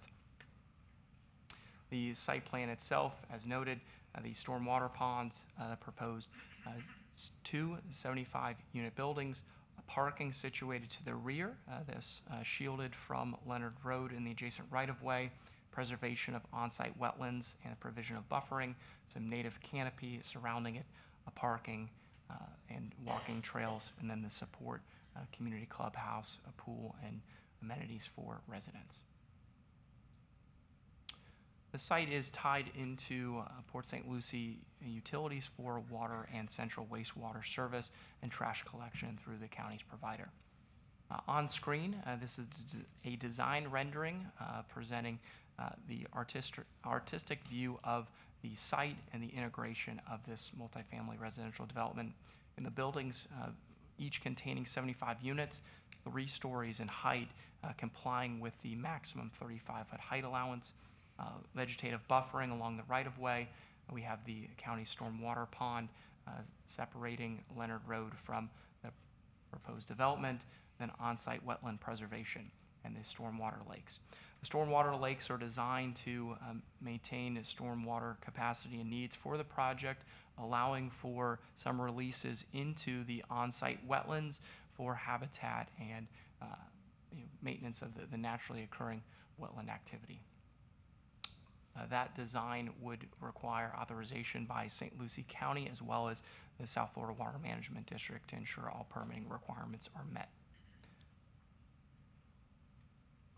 Based upon consistency with the county's land development code and comprehensive plan, staff is recommending that the Board of County Commissioners approve Resolution 2022-087 containing the proposed major adjustment to the Prima Vista Commons major site plan, carrying forward various conditions as authorized in 2005 and 2015, as well as some additional conditions presented below.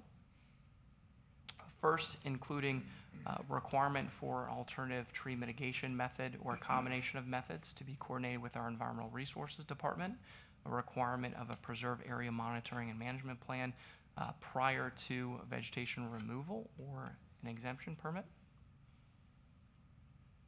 as well as an updated listed species survey set prior to vegetation removal on the property. Some of those surveys have a limited time span, therefore the appropriate timing would be prior to impacting the canopy and habitat on site. Prior to issuance of a certificate of occupancy, removal of all Category 1 invasive plant species on the project site. Then again, within 90 days, dedication of a 15-foot strip of land that's situated west of Leonard Road. That's kind of an outlier on an island. I understand the county attorney's office is bringing forward an agenda item in June for the board associated with that right-of-way strip dedication. One condition of approval that was maintained in the draft resolution that was authorized in 2015 is associated with the compliance of the project with Land Development Code Section 7.10.24, which is the set of county's community architectural design standards. Those design standards are typically limited to commercial, institutional, or other non-residential developments in various zoning districts. Because the active approval is for a senior housing facility, although within the RM5 residential district, which is not explicitly listed in 71024, the board in 2015 applied a requirement to comply with those guidelines. Staff in our analysis, as presented in the report, indicated that the project renderings and overall presentation would generally comply with standards in 71024.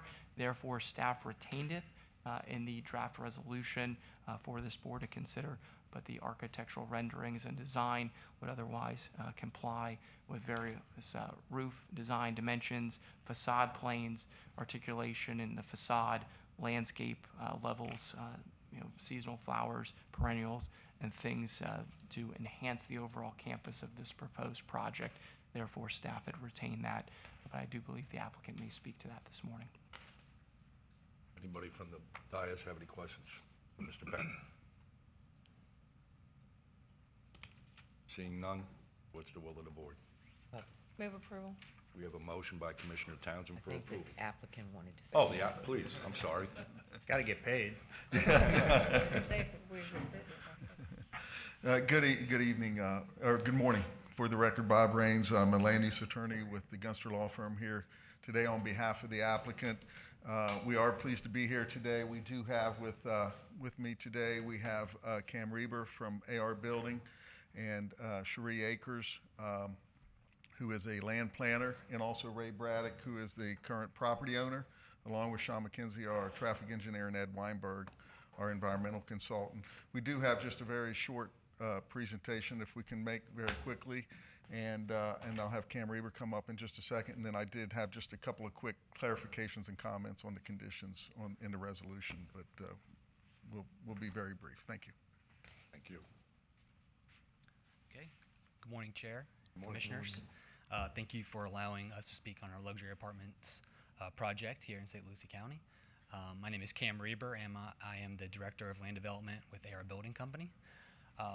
So as you can see here, we are based out of Pittsburgh, Pennsylvania. We have over 9,000 units, and we operate in 10 states.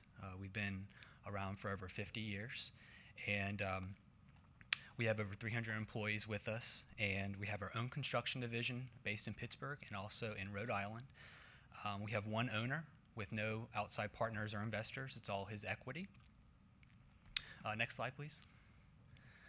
So we buy, build, manage everything in our portfolio. We are vertically integrated. We don't sell anything. It's all built for our portfolio. Our business model is to hold our projects, and we use superior products and materials for long-lasting design. As you can see here, these are a couple of our new projects we have built and designed. A lot of them are in the Northeast and also in Pittsburgh, Pennsylvania. And as you can see here, we use superior products, materials, brick, long-lasting design. Since we do not sell our products, we have a vested interest in making sure our apartments outlast the test of time. So we take pride in that. All of our tenants will receive patios, balconies, granite countertops, vinyl plank flooring, floor-to-ceiling windows. Again, superior products that are built to last. A lot of these designs are for the Northeast, and they have a fit, feel, and finish of the Northeast. We would design this project with an FK Architecture, who we've consulted with to design a building that is worthy of Florida and also St. Lucie County. So we take pride in that as well. We have pitched roofs, brick, like I mentioned.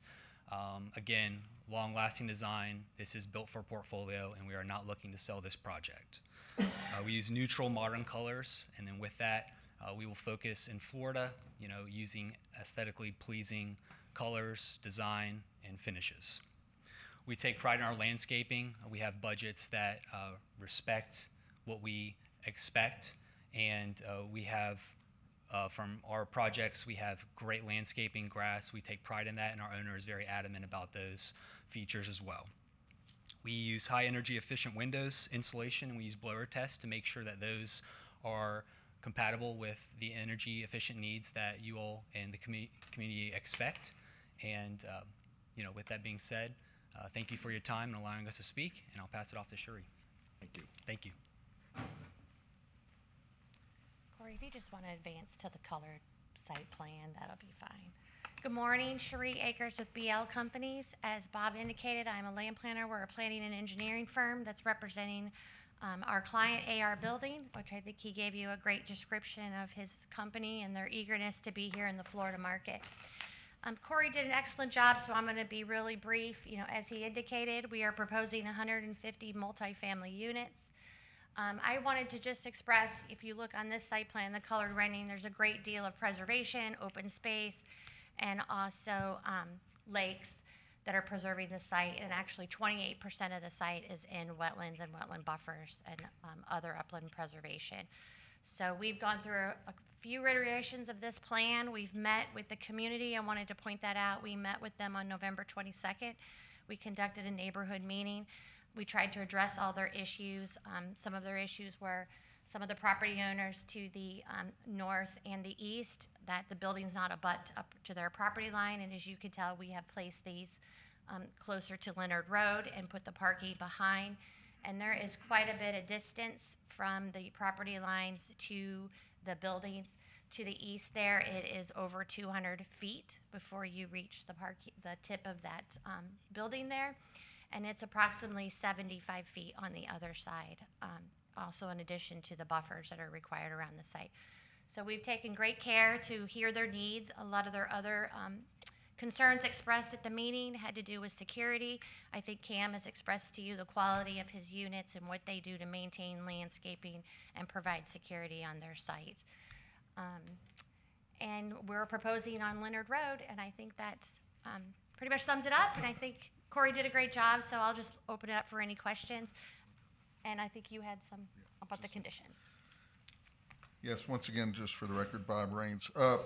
And just really clarifications on just a couple of the conditions.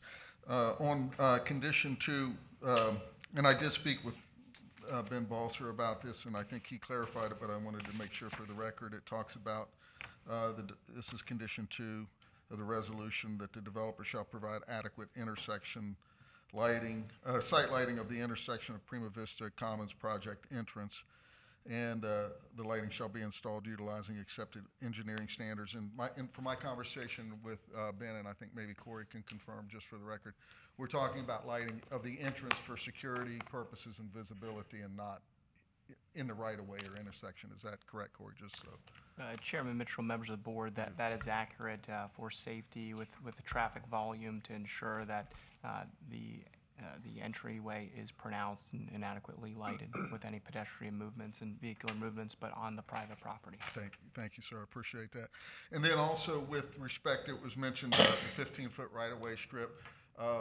We don't believe we own that piece of property. We've had discussions with the county attorney's office, but they suggested and we agreed that we would, and Mr. Braddock has already executed it and delivered it, a quitclaim deed for any rights or interests that he may have or that the ownership may have in that right-of-way. So we've already delivered a copy of that to the county attorney's office.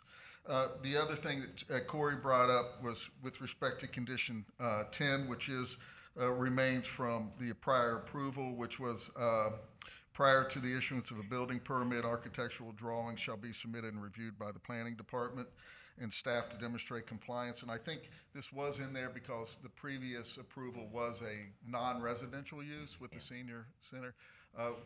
You know, we intend to have a beautiful building and stuff, but we would respectfully request that that condition be deleted from the resolution that you approve, and we'll be glad to answer any questions. But we just have concerns about having that extra layer when it typically is not required in that particular zoning. So I'll be glad to answer any questions. That concludes our presentation. Thank you. Does anyone have any questions for Mr. Rains or his group? Mr. Chair, Corey, what is your point of view or staff's point of view on the last request from the removal of the condition? Chair Mitchell, Commissioner Zadovsky, members of the board, staff does not have a compelling reason or argument to retain it, as if you read 71024, it does not explicitly apply to the RM5 district. Certainly there's value in architectural intent and overall character and enhancements, as I think the applicant has presented this morning, their intent. But the Land Development Code today for a straight zoning project that otherwise adheres to standards and density is not subject to particular architectural styling. I know the applicant has represented particular enhancements and quality. It's hard to objectively encapsulate that outside of any code sections. So certainly at this board's discretion to retain it or eliminate it. But strict interpretation of the code would not apply it, but staff conservatively carried forward that condition from the 2015 approval. I don't have a lot of heartburn over it. I think what I've seen from the presentations of the previous builds that you've done, I think are actually beautiful. I want to recognize that your efforts in preserving the wetlands and utilizing them in your stormwater treatment options, I think is laudable and applaudable. And your preservation of the natural surroundings, I think, is incredible. I notice you take great effort in relocating a number of the state trees, to say palm, cabbage palms, and so I want to recognize that. The ones that are being removed, you could pretty much landscape the entire Port St. Lucie area. Hopefully you're utilizing that opportunity to secure those and use them in some other way. They are beautiful. I happen to go by there frequently and see the majestic landscape. And I just wanted to recognize your efforts in conserving and doing what you're doing with the removal and more so the replacement of or moving them into your landscape plan. So congratulations on that. And the bigger issue for me was the wetlands and integrating them into your stormwater protection plan. So thank you, Mr. Chair. Thank you. Any other questions of Mr. Raines or his company? Seeing none, what's the will of the board? Move approval. Second. We have a motion by Commissioner Hutchinson, Commissioner, Can I just confirm that? oh, this is a no, It's not a public hearing. It's a regular hearing. But Mr. Chair, since we're going to allow public comment on we ought to allow it on this as well. Okay, ma'am. Please come up and identify yourself and Thank you. good morning. Good morning, I'm Courtney Santarella. I'm the property right next to this development. I butt up completely to it. And through this whole process, I have never been notified. I've never gotten a letter. I've never gotten awareness to come to one of these meetings. The only time I came to the meeting is when they put the big billboard sign up saying that they were going to go from 3-story to 4-story, 270 units, and the whole neighborhood came to that meeting. I hired a consultant, Mr. Cheech, to come. At that time, they pulled the plan. And from then on, we've not heard boo from that. Someone from the neighborhood did tell me that they were meeting at the elementary school where I met this young woman, and I got there just at the very last minute. But this, I don't believe, was the same plans that you showed at the elementary school. This is now modified differently.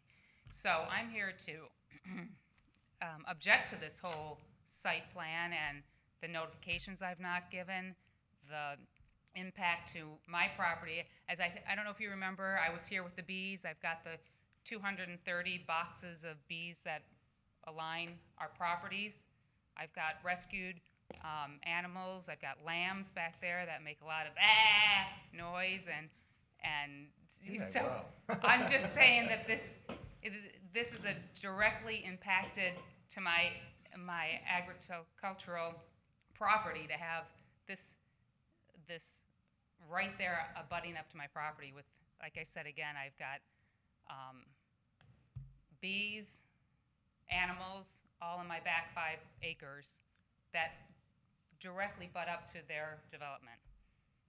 So I hope that you consider this Mr. plan. Chairman, I know we don't usually do a back and forth, but which property are you talking about? The one in this particular picture to the right? Oh, I'm located at 1050 Tilton. I'm right here.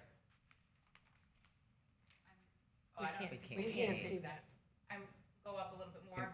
Right there. Okay, so it's indicated in the previous statement by the developers folks, it's 200 feet buffer between the lake and the wetland between your property and there you go, stormwater to the building. I actually think that your bees would probably be a benefit to that area, the fact that they're maintaining such a canopy and so on, but. Okay, I just wanted to go on the record that I was never notified of any meetings or, and again, the impact to my property with this community. That was it. Thank you. Thank you. Thank you, ma'am. Mr. Chair, can we ask Corey, our notification process, I know that this was pre-approved a while back. Can you explain to us how that unfolds and what the notification process is?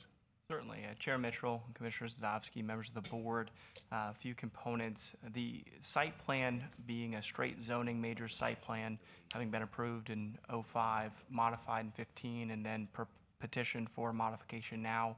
Major site plans that are not requesting rezoning, not requesting a conditional use or variance deviation from the code are not subject to a public hearing under the county's land development code. Therefore, the same notice that you would have with a conditional use or rezoning are not executed. Previously, the applicant had considered expanding the development site to include holdings, other holdings to the north, increasing units, and had at one point filed a petition for a variance to explore height in excess of the 35-foot allowance. There was a public hearing scheduled for that. They withdrew that application. They modified their plan, reduced the boundaries, reduced the density or the unit total, and otherwise complied with the county's land development code. Therefore, it is being evaluated as part of a major site plan, not through a publicly noticed public hearing, but certainly notices. It was published in the agenda packet with all the application documents. Is not required of the applicant. The applicant did hold the courtesy neighborhood meeting. The project was with a fellow staff member at the time who has since retired from the county, so I personally was not in attendance at that neighborhood meeting, but I have spoken with one or two neighbors since that meeting, and I understand the applicant, through some design tweaks and modest changes, had garnered feedback from that meeting, looking to improve and provide some concessions from the input received. But because it is through a major site plan process and adheres to the RM5 zoning district requirements, there was not notice by staff of this morning's meeting. Thank you, Mr. Chair. Thank you, Corey. Any other questions?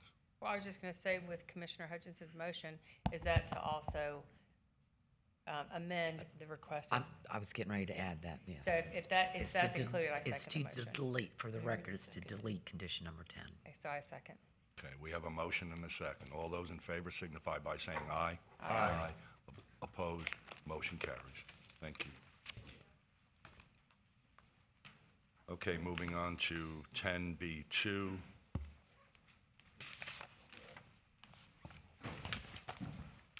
And this is quasi-judicial.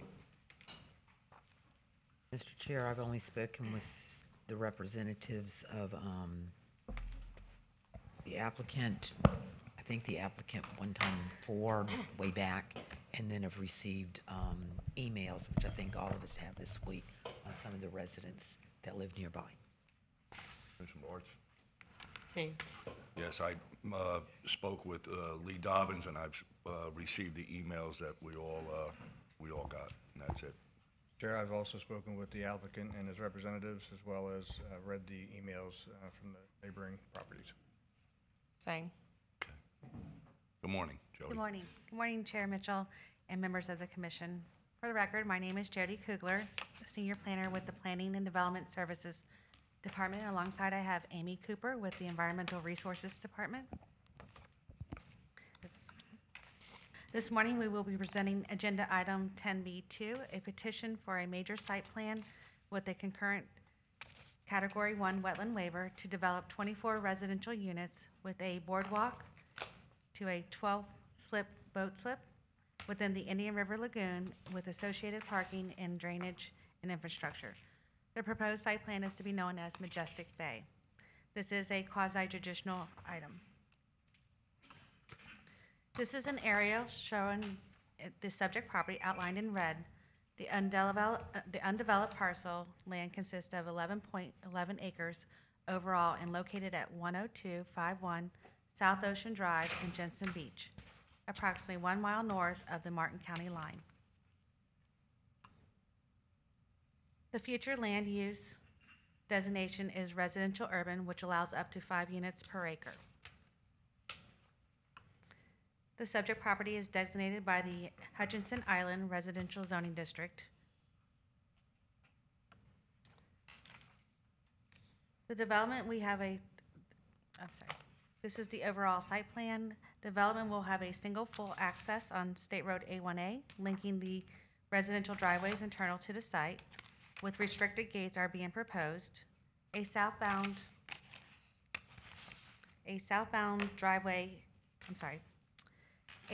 right turn proposed into the project with striping modifications planned for the flex turn lane within the State Road A1A.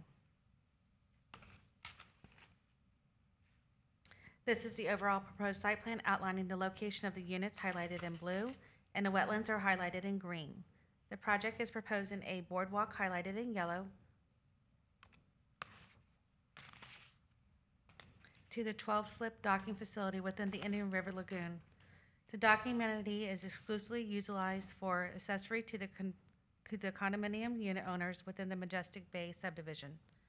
The elements of this dock shall not include any auxiliary services of a marina, such as a fuel facility, sewage pump out station, and commercial to water boat hoist.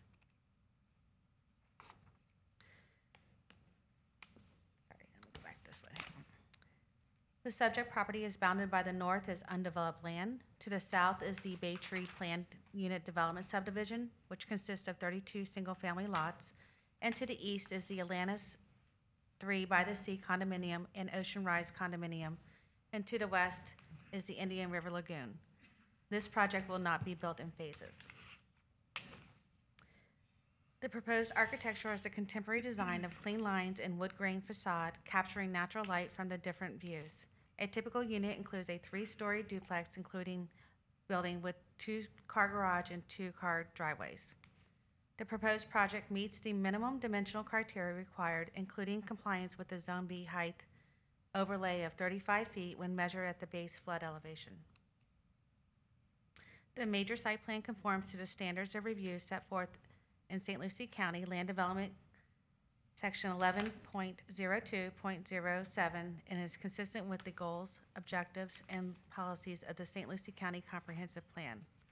Staff recommends the Board of County Commissioners approve the major site plan and the associated wetland waiver subject to the conditions of approval outlined in the draft resolution. Any questions of Jody? Jody, the driveway looks a little narrow. Can you tell me that the fire district approved the turnaround opportunity for, because they're going to be 35 feet in height, we're going to have a ladder truck in there. Has it been approved by the fire district with the turnaround? Chair Mitchell, Commissioner Jazowski, and members of the commission, the fire department has approved the location of the T turnaround. And then the second question is the driveways, two driveways, are they proper code and length? 'Cause I know we've had some that have come in and tried to be less than a 22-foot driveway, which is problematic going forward. We're seeing a lot of vehicles that are much longer these days, so I just want to make sure that the driveways are adequate. The driveways do meet the standards in the Land Development Code. And then the last question is, with the 12-slip dock, is there fire suppression in that dock? And because where that's located, trying to get a fireboat there, basically it's the Coast Guard, it's a long way to get there. Then the station that's on South Beach would have to try and navigate that cart path down to the dock to adequately fight any kind of fire. So, and I don't know what the fire code is for that particular size dock with only 12 slips. Chair Mitchell, Commissioner Jazowski, and members of the board, the fire department has reviewed this, and there is some constraints along the boardwalk, and the fire department is requiring some type of hydrant down there so they can run hoses. Okay, I appreciate that. Thank you, Mr. Chair. Any other questions of Jody? At this time, I'll open it up to the public. If anyone would like to discuss this matter, Mr. Dobbins, you can go first, and then we'll have any comments from the public. Thank you, sir. For the record, Lee Dobbins with the Dean Mead Law Firm representing the applicant. I also have here with me Matt Madrazo, who is the landowner and applicant, Greg Boggs with Lucido and Associates, Rich Latico, our engineer with Latico Design Group, and Tony Adams with EDC, who's our environmental consultant. I believe you already disclosed it, but I met with or spoke with each one of you along with Matt Madrazo, I believe. I'd like to thank staff for all their hard work on this.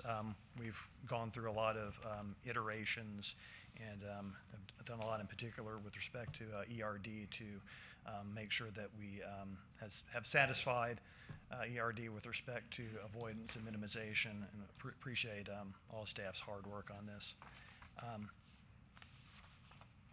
Jody, would you be able to put this up on the I just would like to briefly give a little bit of background. So I'm putting up a prior iteration of the site plan, which is the one before units were taken away to the west, which encroached into some wetlands and wetland buffers. I'm sorry, I didn't mean to invoke tech support.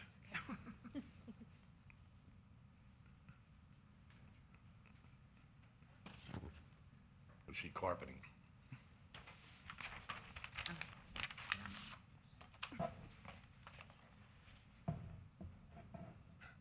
That's upside down. Yeah, If it's you could upside just down. turn it around the other way. Perfect.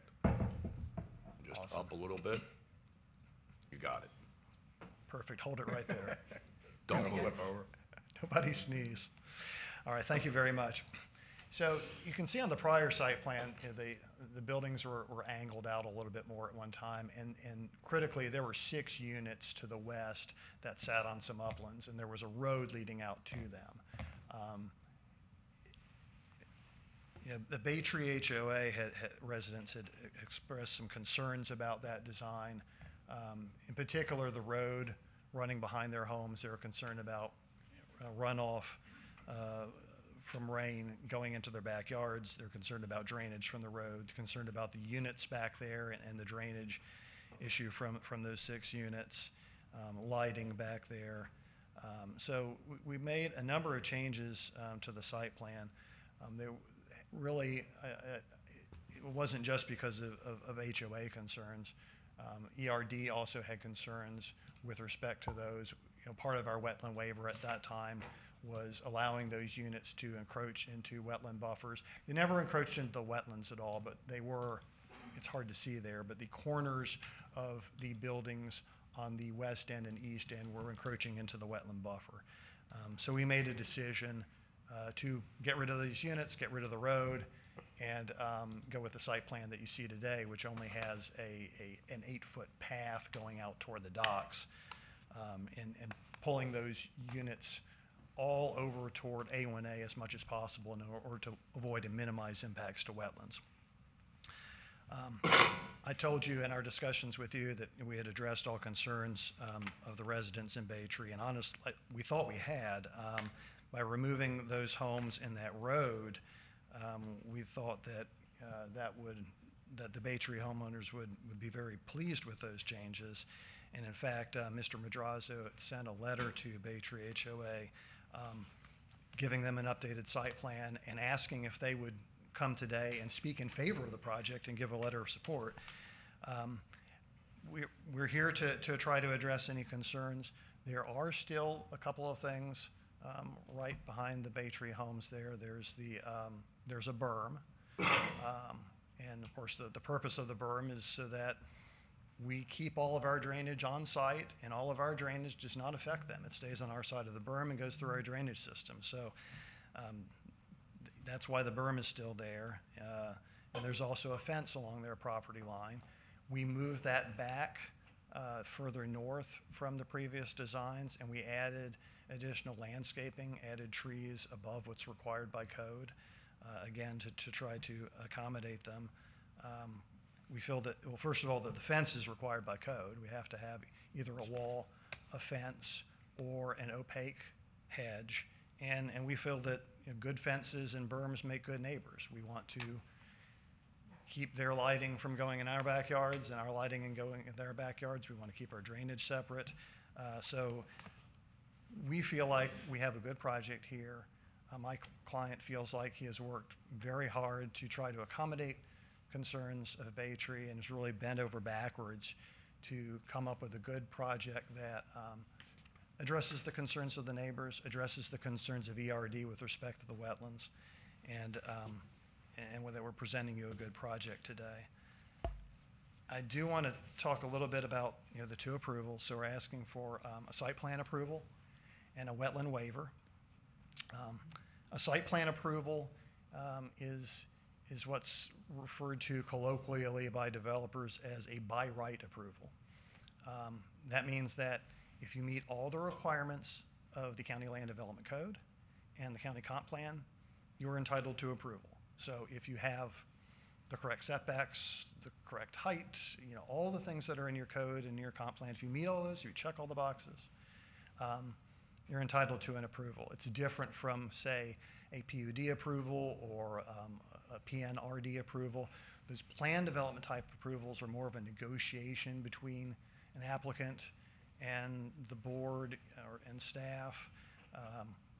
You can deviate from code on the applicant side, and staff can put on more requirements on their side, and you kind of come up with something that everybody's happy with. A straight-up site plan approval, we're under the HIRD, we're just simply meeting their requirements, and we've done that. The other approval is the wetland waiver. Wetland waiver is basically, have we met the requirements of avoidance and minimization? And in ERD's judgment, by pulling back those 6 units, a very, very costly concession on my client's part, but he's happy to do it to move the project forward. By doing that, he has avoided and minimized. You can see the project is pushed all the way up to A1A. There's really not much more that could be done in order to avoid and minimize. So we believe we have checked the box there. And reading the letter from the HOA, I know there are concerns about drainage. Again, that's why the berm is there. We will keep our drainage on our side of the berm. And the drainage details come later in the process. That is part of the engineering plans that will get approved. That comes later after site plan approval. The engineering plans are not part of site plan approval, but I want to make it clear that that is a part of what has to be done by the engineers. It's to show that our drainage works and that we are not putting any of our stormwater onto their property. But we are here to answer any of your questions. I'm happy to do that. And if you will allow, we'd like to reserve a little time at the end so that our team members can come up and answer any questions from the HOA or questions that you guys may have. Thank you, Mr. Dobbins. Thank you. Does anyone from the public like to speak?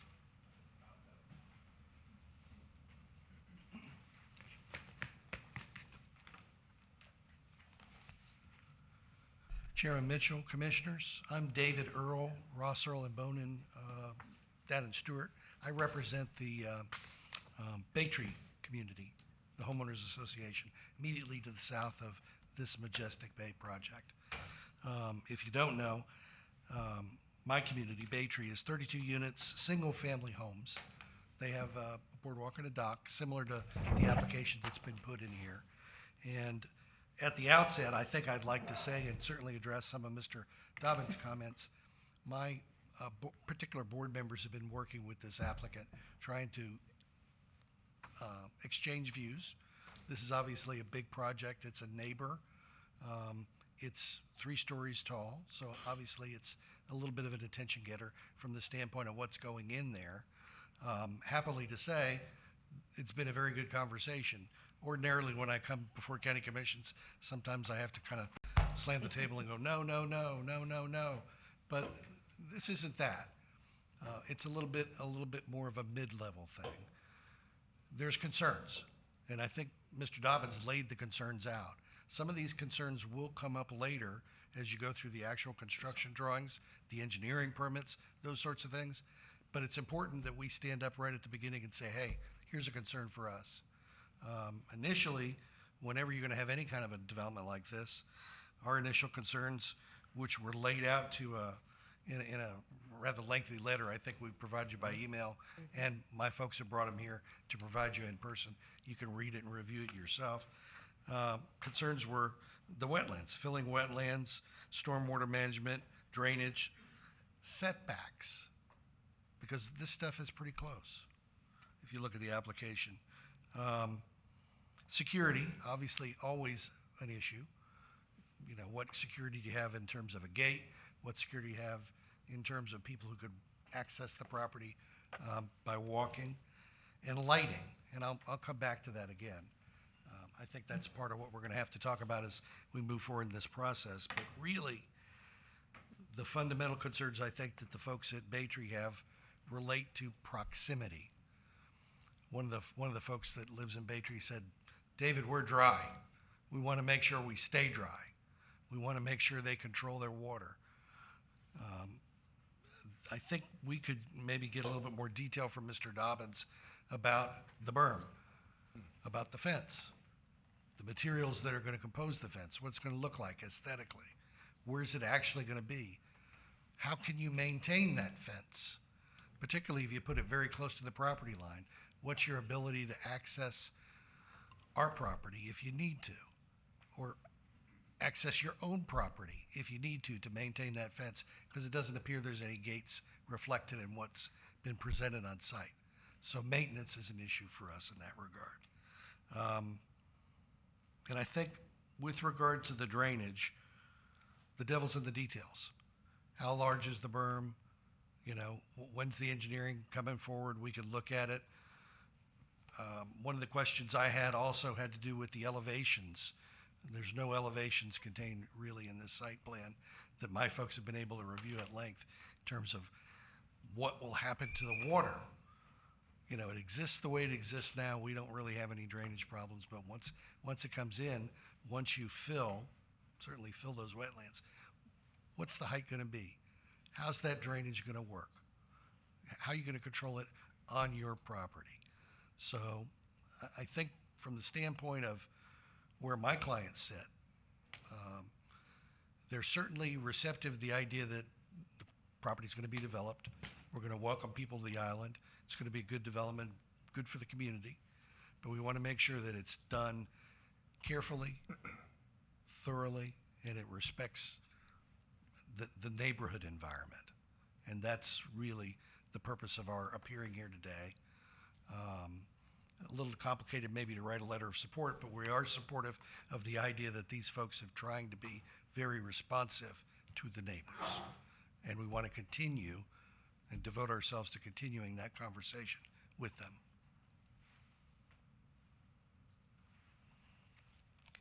Thank you. They're giving you the nod of approval. Mr. Dobbins, would you like to make a comment on the comments that were made from the representative of Bay Tree? Yes, sir. With your permission, we'd like to have our engineer, Rich Latico, come up and talk a little bit about drainage, and then we'd like to have our landscape architect, Greg Boggs, come up and talk about the fence and the landscaping. Thank you. Good morning, sir. Good morning. Mr. Chairman, members of the board, my name is Richard Latico. I'm president of Latico Design Group. I'm a consulting engineer here in St. Lucie County. With regard to the drainage here, a detailed drainage plan is not normally required at the site plan application process phase of the project, but as a part of our site plan package, our 4-page document, we included conceptual drainage and utilities as how we would propose to service the project. We provided enough detail to show that we would use a combination of exfiltration trench and dry detention areas to provide our stormwater management component. It was reviewed by the engineering staff of St. Lucie County. Mr. Hayes was a reviewer on it, and he's here to speak of it. We still have 2 levels of permitting to do, actually 3. 2 involve just stormwater and wetlands, and the 3rd would be the Army Corps of Engineers. But we still have to go through and submit calculations and design to South Florida Water Management to get their environmental resource permit, and we need to provide that same information to St. Lucie County Engineering Department to get their site development permit. South Florida really looks at three things specific. They look at storm protection and then discharge. And for storm protection, the district and the county looks at minimum road crowns, perimeter grade, which is based on design discharge, and finished floor elevations. All those components have to be factored into the calculations to determine certain levels. Discharge from the project will be to the mangrove wetland swamp that is interconnected tidally to the Indian River. with regard to the berm, at this point in time, I don't have a exact elevation of the berm. The berm is there to assure that our water in the 25-year, 3-day event stays on our site. And I don't have an elevation for that. Typically, if the perimeter grade elevations are at or very close to the that 25-year, 3-day event, the berm can be no more than 1 foot high. In a couple of places, it may be a little bit higher than that. Until I can do the final calculations and determine what that elevation is, you know, I'm just taking a guess at how high the berm is going to be. Likewise, with the finished floors, I don't know what exactly our finished floors are right now, but based on FEMA elevations, the FEMA flood zones in this particular project revised most recently in February of, I think it's 2021, show zones AE5 and AE4. So Baytree has a minimum finished floor elevation of elevation 9. So I could be lower than that, I could be at that elevation. I'm not going to be probably much higher than that.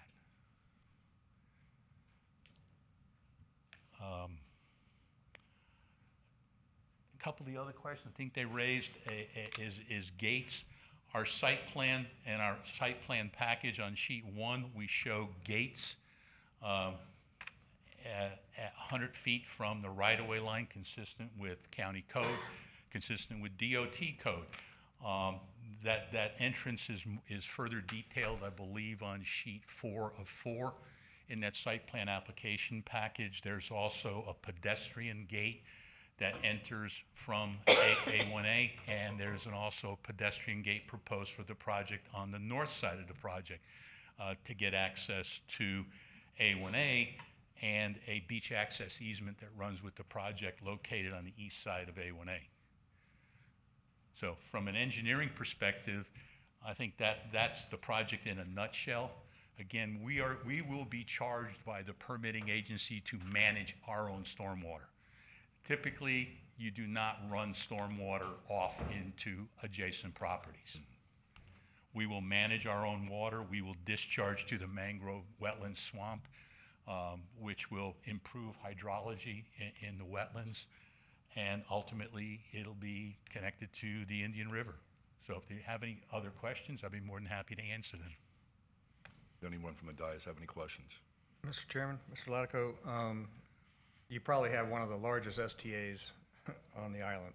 So whenever you manage this water, you're going to have a pretty good outcome when the water actually, if ever, gets to the lagoon. So that's pretty impressive that maintaining the wetlands, number one. Back to my mantra today is all about the wetlands and protecting them. And I'd like to thank the applicant for removing those 6 units that were on the south side along the now current cart path. Mr. Latico, can you tell me how are you managing the stormwater along A1A and the front of the property? Because there are several areas along State Road A1A that have a ponding component to them, and sometimes they are pretty significant. That'll be an issue that we have to deal with DOT on. Under the recent criteria I've dealt with DOT, when you propose a driveway or anything that connects to the travel lanes on DOT, they require a minimum drainage pipe size. That new drainage pipe size is now 18 inches. So again, that's going to be a function of what DOT requires of us as to the extent of the improvement to the swale. I just want to make sure that that's clearly stated from my position up here, because that entire road oftentimes has just areas that pond over, and I'm glad you're going to. I just finished a project a little further south where the owner was concerned about the depth of the swale, but I had to explain that based on the new DOT criteria with the minimum pipe size, he now has a swale that's a lot deeper than anybody else adjacent to him. And So- FDOT has a vested interest in the amount of investment they've recently made in the expansion and renovation of A1A across the board. So, Exactly. thank you, Mr. Chairman. Any other questions? Okay. Thank you. Sir, you can come up to the dais. Please identify yourself. Thank you. My name is Christopher Kanakis. I'm president of Bay Tree HOA. I just want to drill down on a couple of the concerns that were touched on by our representative. Some of the aspects that help drainage and this project also cause complicating factors. It is hydraulically connected to the Indian River, and since we've been there now for 30 years and we do have permitted drainage systems installed, in storm events, actually the tidal water backs up the other way. So while you can control your stormwater runoff from rain to discharge through the wetlands to the Indian River, it's complicated by the fact tidal influences run the other way. And right now, the condition is in wetland B, which is admittedly not a higher quality wetland as wetland A, because it does have some exotics in it, and it's been impacted. It actually functions as stormwater retention and tidal flooding retention. When we get storm events or king tides, the water actually behind those homes on the north side, it's not too far away from the terminal elevation of their homes. So our concern was, if you're going to be filling that impacted wetland, where's that tidal water going? That when in storm events, are there studies? Where's it going to go? We're confident that they can control their rainwater runoff, but if you combine that with storm surge, we're concerned that areas that don't flood now will flood. So I think, I hope when the engineering department looks at it, they consider tidal impacts as well, because when you reduce flood storage, that water's got to go somewhere, and I hope that that's addressed. The other issue is, and we have had a good relationship with the developer. He has made some significant changes, and we appreciate that. Some of them were caused by regulatory changes, but others he was trying to accommodate us as a new neighbor. But we don't know where the fence is going to be behind the homes. We don't know, I heard today that the berm may be shorter or shorter than we thought. Where's the berm? Is the fence on top of the berm, or is it behind the berm? There's a lot of things we don't know, and why that's important. If you look at those northern homes, their houses are basically 5 feet off the property line, okay? Now, that's not the developer's problem. That's the way Bay Tree was laid out. But in terms of having a bit of a buffer, we appreciate that he's moving the fence more north, but it raises questions. Are we going to maintain, right now we maintain the property behind those homes. So we do maintain some of the applicant's property, and we don't mind doing that, and it's fine. But in the future, how is he going to maintain it? Is he going to have to get equipment back there? Is he willing to grant us an easement so we'll maintain it if he gives us a buffer area? These are all things we're willing to consider, but right now, the devil's in the detail. We don't have a lot of the details. And that's why we're here today. We're concerned down the road, when the permitting agencies look at this, are they going to put additional conditions on the applicant that change this site plan, that may adversely affect us? For example, one more example, we've got a boardwalk and a pier on the Indian River. Right now, it's just an observation pier, but in the future, we could extend it for navigation, for slips. We go to permit modification, do that.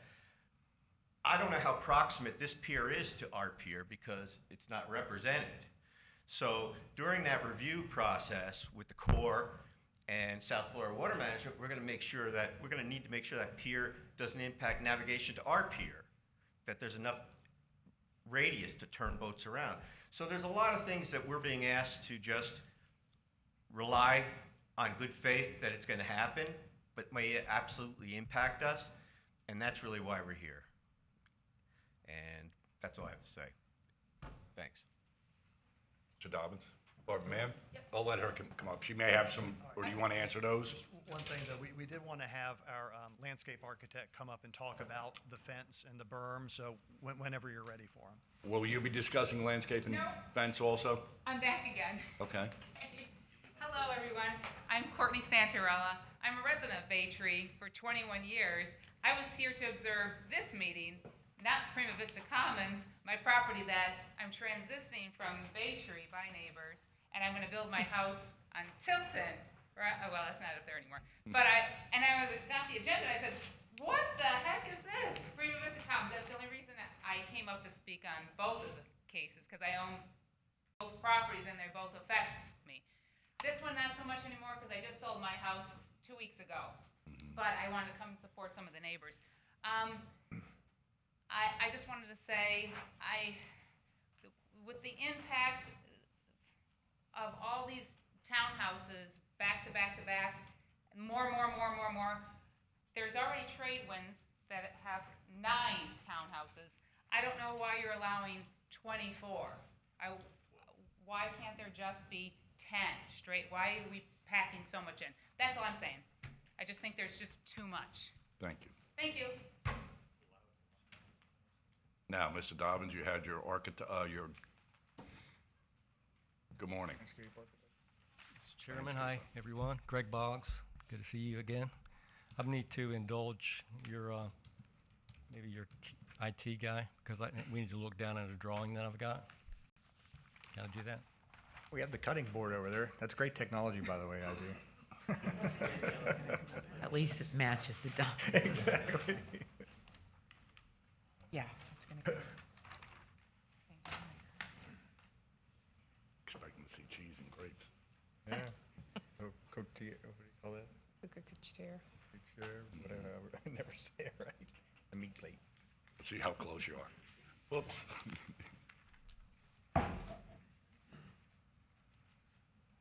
There you go. Just slide the paper up. Very good. Mm-hmm.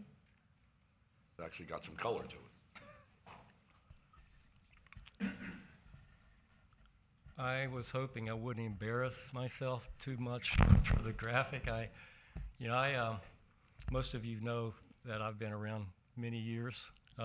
In fact, I did Majestic Bay 20 years ago when it was a single-family development. So through time, I've lost staff, and I'm semi-retired. So I had to do a little rendering yesterday myself. Well, you colored in the lines, so that's good. Yeah, we like color. I tried to.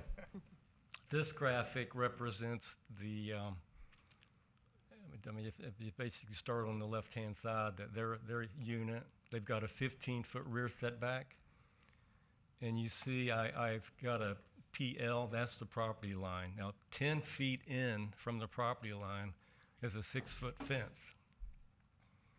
Code requires a 10-foot buffer where the fence would be basically 5 feet in. So we've pushed everything up away from the property line. So the fence is now 10 feet in from the property line. In front of the fence will be a grass strip for maintenance and access. There'll be a hedge on the neighbor's side. On our side, there'll also be a hedge and trees. The code between multifamily and single family requires 1 tree per 30 linear feet, with 60% of those trees being on the neighbor's side. In this calculation, there's 31 trees required. We're showing 58 trees, which is a very healthy canopy that we're creating to screen the upper section above the fence. All native plant material, of course. I don't know whether you've seen the plant palette. It's all coastal, native, salt-tolerant plant material. Not a lot going on there. It's functional. It's, cocoa plum. There's some pigeon plum, holly, and green buttonwood. In fact, we had oaks and gumbo limbos, and through the process, we decided to kind of tone down the size and the potential root massing of those larger trees. So this plan now that's been approved by staff has the smaller native trees. So basically what happens after that buffer, you see the 10 feet, then there's additional 5. So in a roughly 15 to 17 foot wide area is our buffer. Then we have an 8 foot wide path that goes down to the dock. And that graphic shows some cabbage palms that we've got slated on the north side of the path. Can we flip that over? Because I did an enlarged mock-up. And again, this is a little crude, but basically you'll see the trees that are skipping on either side of that 6 foot fence, the hedge on both sides, the grass, which is rendered canary yellow, shows the access along the south line, and of course our access along the north side, so we can also maintain it on our side. So that basically kind of lands the concern about where the fence and landscape are. The other thing I've done, we presented a graphic through the process of what the fence will look like. This is a 6 foot composite material. It's not wood. It'll never need painted. It's like this dark mahogany brown color, which kind of color jumps the facade of the architecture to the fence. But this will be 6 feet, running all the way down through the length of the buffer. And then with obviously the trees and the shrubs that I just talked about. Now, if you flip it around again, I put the bollard. We're using a 48-inch bollard, which is basically got a louver downlight on it. And I think they're 40 feet on center as you go down that pathway. Low-level lighting behind the fence, behind the trees and shrubs. So that should not be an issue with lights going into the neighbors. So that's the fence, the bollard, and the landscaping. If anyone has a question, I'm here to assist on that, or Mr. Latico can talk more about the drainage, but we're here to answer any questions you have. No question, but the last developer came through is going to remove probably 800 cabbage palms. You might be able to secure Put them on a flatbed truck and bring them down here. I noticed when you drew the color of the grass, because we haven't had much rain, you made it all yellow. Very good. Is there anyone else from the audience who'd like to speak? Now is your time.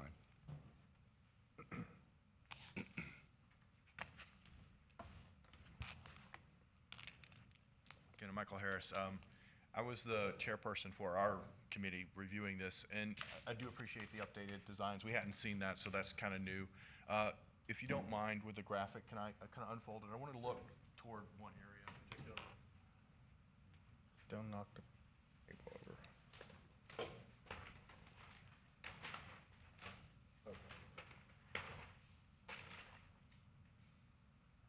Yeah. Well, the part that's not shown there, because it kind of stops, but toward the front of our neighborhood, there at the larger site plan, the fence is a little bit closer, and then once you pass the parking area, it jogs north. So, is there going to be a gate to allow access? Yes. Okay. And do you know where that's going to be located yet? It's shown on the site plan. Okay, I just missed it in the earlier site plan. And with it being, I'm the first house that's there, so I'm like right at the parking pad, and my next door neighbor is here as well. She's right there as well. So for us, the fence is going to be closer, and I just wanted to find out the number of parking spaces that were there. Was that by code? Could you remove one of those parking places, or are you required to have that many to give a little, so the fence jogs sooner? Does that make sense? Sure. You have to come to the dais. You have to come up to the podium, sir. Thank you. Just identify yourself. And again, sir, identify yourself. Richard Latico, Latico Design Group.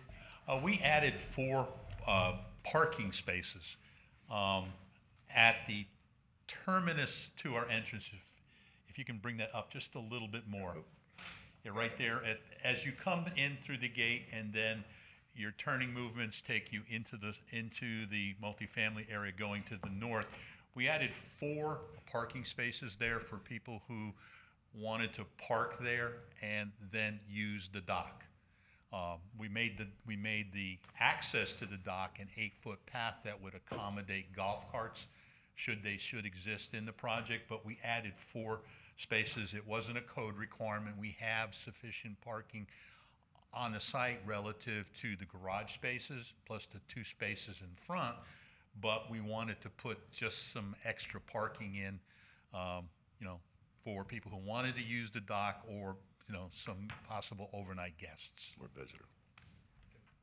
Just respond real quickly. Again, I'm Michael Harris, and I appreciate that. I think the only thing that I see that would be useful. He has to since get in front of the mic. Yeah, you got it please. in front, Thank you. because I'll this get a is little closer. recorded, sir. Yeah, sure. So to make sure that, since you're planning to have that for golf carts, where you have a parking place right in front of where the golf carts would come out, maybe you could make a small adjustment and allow there to be sort of an entrance for the golf carts, remove the southernmost parking spot, and push that fence back just that extra, 2 feet to make an adjustment there. Code requirements ask us to be with our asphalt entrance and exit to be 10 feet off the property line. To accommodate that entrance, we kept the outbound direction of the entrance at 10-foot offset, so we had to put the fence between that 10-foot offset and the property line. Pushing it further to the entrance further to the north, we just felt that it would impact, our eastern southernmost unit, and we wanted to give that as much a buffer as we possibly could. But again, there's no magic to the 4 spaces. They weren't code requirement. We just thought that, 4 would easily fit. Okay. And the difference is where he mentions the wall coming in against along the south side of the entrance road, the majority of the length of that wall is against their common area, not against the house. Yeah, and unfortunately, I'm the person that's in that first house there, and then my neighbor is the one that's in the second. So I understand, you guys have gone 99% of the way for everything we've asked for, and it's greatly appreciated. I think some of the stuff is just that little bit of difference. Changing that southern parking spot, moving it back a little bit would allow the fence to be moved just that little bit further north. And I'm not suggesting the entire entryway be changed, just that piece around the parking. You see what I'm talking about? It's really just that one parking spot. It doesn't matter to anyone really except for me, and I realize that, but I appreciate your time and hearing me out on it. Thank you. And I thank you for being engaged. And I'm not Jake from State Farm, but I'm just going to ask you to all be like a good neighbor. State Farm is there. Thank you for trying. Go ahead, man. This is a public. We're going to let you speak. There's more. Line them up. Bringing up, Martha Paul, I'm the second house in, Yeah, at ma'am, 116. You got to speak into the microphone and identify At 116. Since we're bringing up the specifics and how generous the builder has been to accommodate the majority of Bay Tree. When you come in, my particular house, the first house has a stone wall. The stone wall ends halfway through my property. And then it jumps back and it goes to a brown vinyl walnut. My house is a 2-story house, not a lanai, it's a 2-story house. So I have a lot of jig-jags. There isn't any smoothness, and if I'm on my second floor, I look down, I will see 4 parking spaces, which, believe me, between using the docks and an extra parking space for those 24 homes, it will be full all the time. We have parking spaces in front of our clubhouse. They try to keep the ones in front of the mailboxes clear so that people can actually get their mail. But they're full a lot. There's always a reason for them to be full.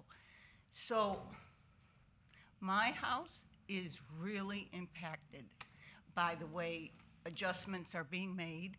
Fence colors are being changed. I'm just saying. And my house is a 2-story, so the last unit G, which is 3 stories, looks, we're not a 1-story house. We're a full 2-story house, not a lanai. You've said that. So, I mean, it's like we're being blocked in by geometrics. And someone looked at the diagram recently and said, oh, that's where they park the dumpster. There's just quite a big impact on the first, when you're building, nothing now, quite a few impacts on the first 2 homes. Thank you, ma'am. Thanks. Mr. Dobbins. Is there any more public? Because Is there any more public, anybody else from the public want to speak? I didn't close it out. Because then I'll let Lee close this out. There you go. Okay, thank you. I was talking to my client, and with respect to the gentleman's concern about that first parking place, he's willing to do something there to try to bump the wall back a little bit. My concern is we want to walk out of here with a site plan approval today, so I don't want the answer to be that we'll either remove that parking place or move everything up a little bit, but we've got to come back in another 2 weeks to get our site plan approval. I'd like to be able to maybe condition it. There are a couple of ways we could handle it. He's indicating that we have spaces between the units where we could push a couple units closer together and keep the 4 spaces and move them up. Or we could eliminate the parking space, although we'd rather keep the 4 if we could.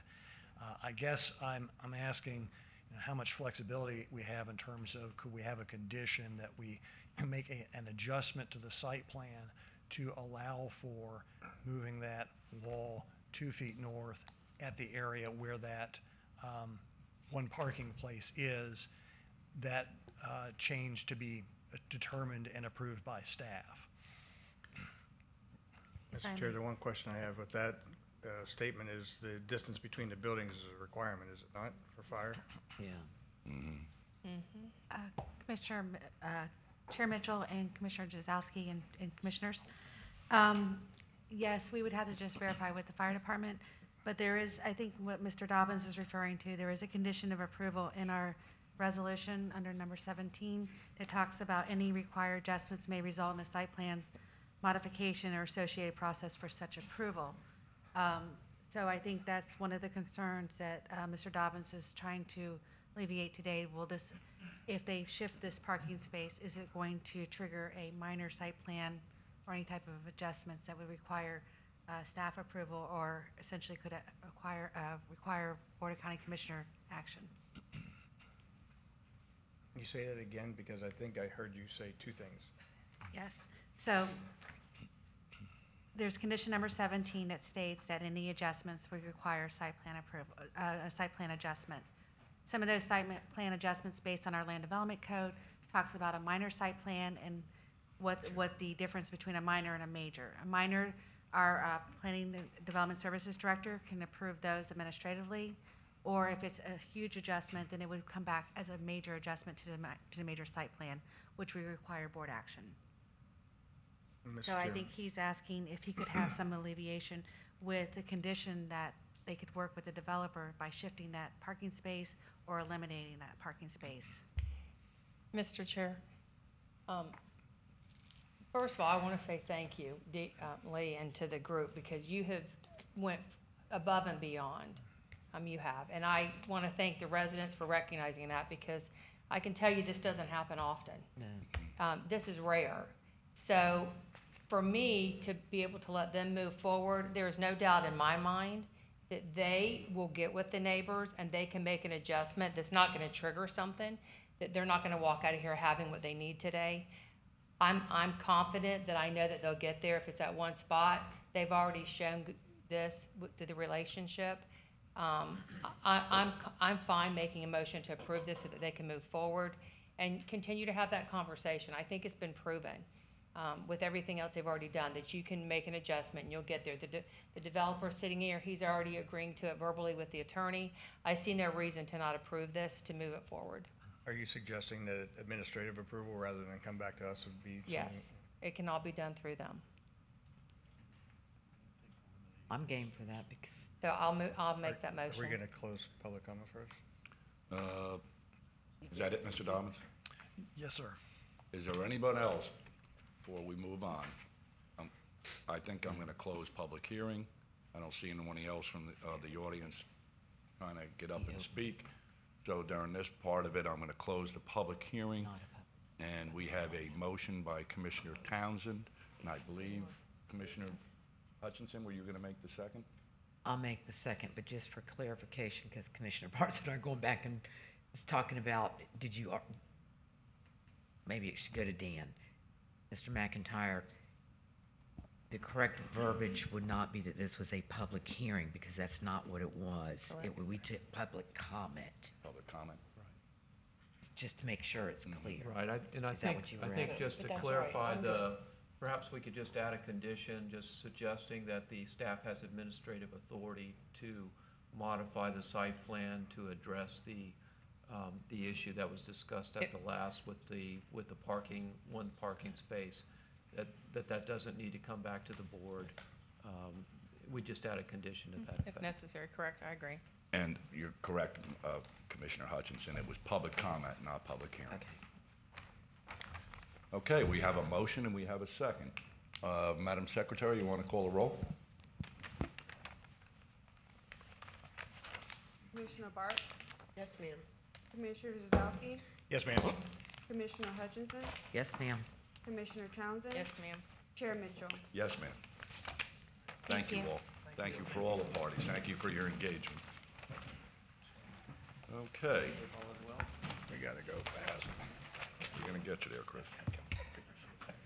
Okay, I believe we have something from Maite. Speaking of administrative approvals.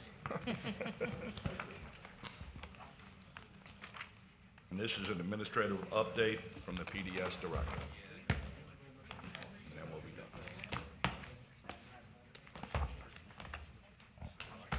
We still have a few minutes, folks, to go this. Take your conversations outside.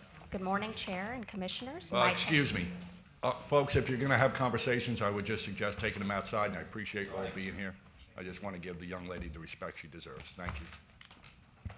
Thank you, sir. Good morning, Chair and Commissioners. Maite Santamaria, Director of Planning and Development Services. The item before you today is the update of the April administrative approvals, which there are 4 of this month. So the first item is the Muller Road Plan, Toth Acres Minor Site Plan, and this is an approval to subdivide a 37.18 acre parcel into 4 single-family lots within the AG25 zoning districts. The lots extend between Muller Road to the north and Price Road to the south, and it includes right-of-way dedications of 20 feet on Muller Road and 15 feet on Price Road.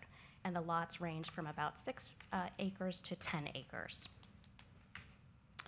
The second item is the First Source Commerce Park. It is a minor adjustment to a major site plan for 190,000 square feet industrial condominium complex to improve and pave 56 additional parking spaces in the rear of the complex. It was originally included in the approval as future reserved parking. It also includes installing additional landscaping and adjusting the stormwater to support the additional pavement.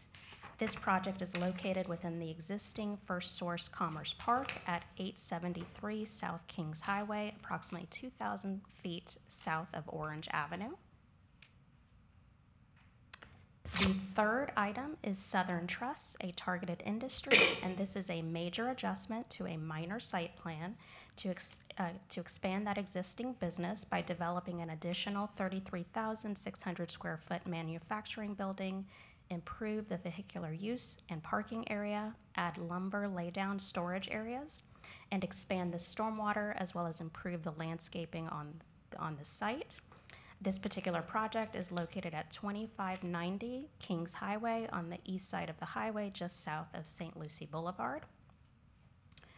And the final item before you today is the Alcove Hutchinson Island. This is a minor site plan approval to construct 4 townhomes on an undeveloped parcel located at 9461 South Ocean Drive on the west side of State Road 80, A1A, roughly 0.45 miles north of Nettles Boulevard.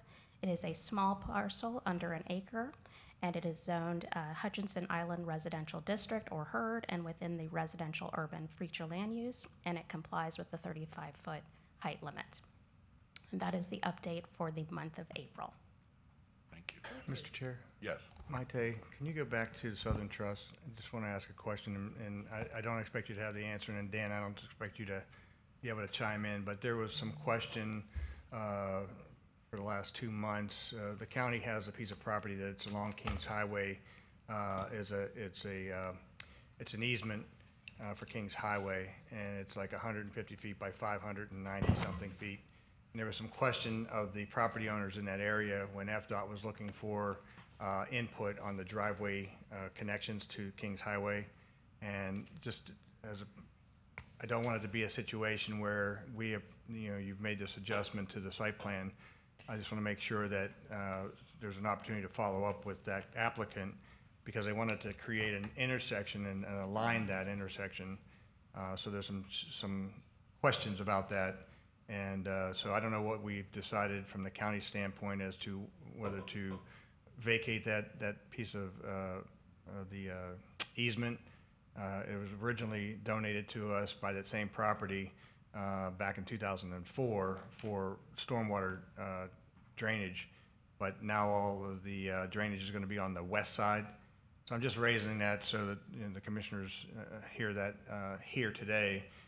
But I don't want it to be a situation for this developer, this expansion process, that if they have to align that, does that have to come back to us, or can that be an administrative approval as to how that gets adjusted?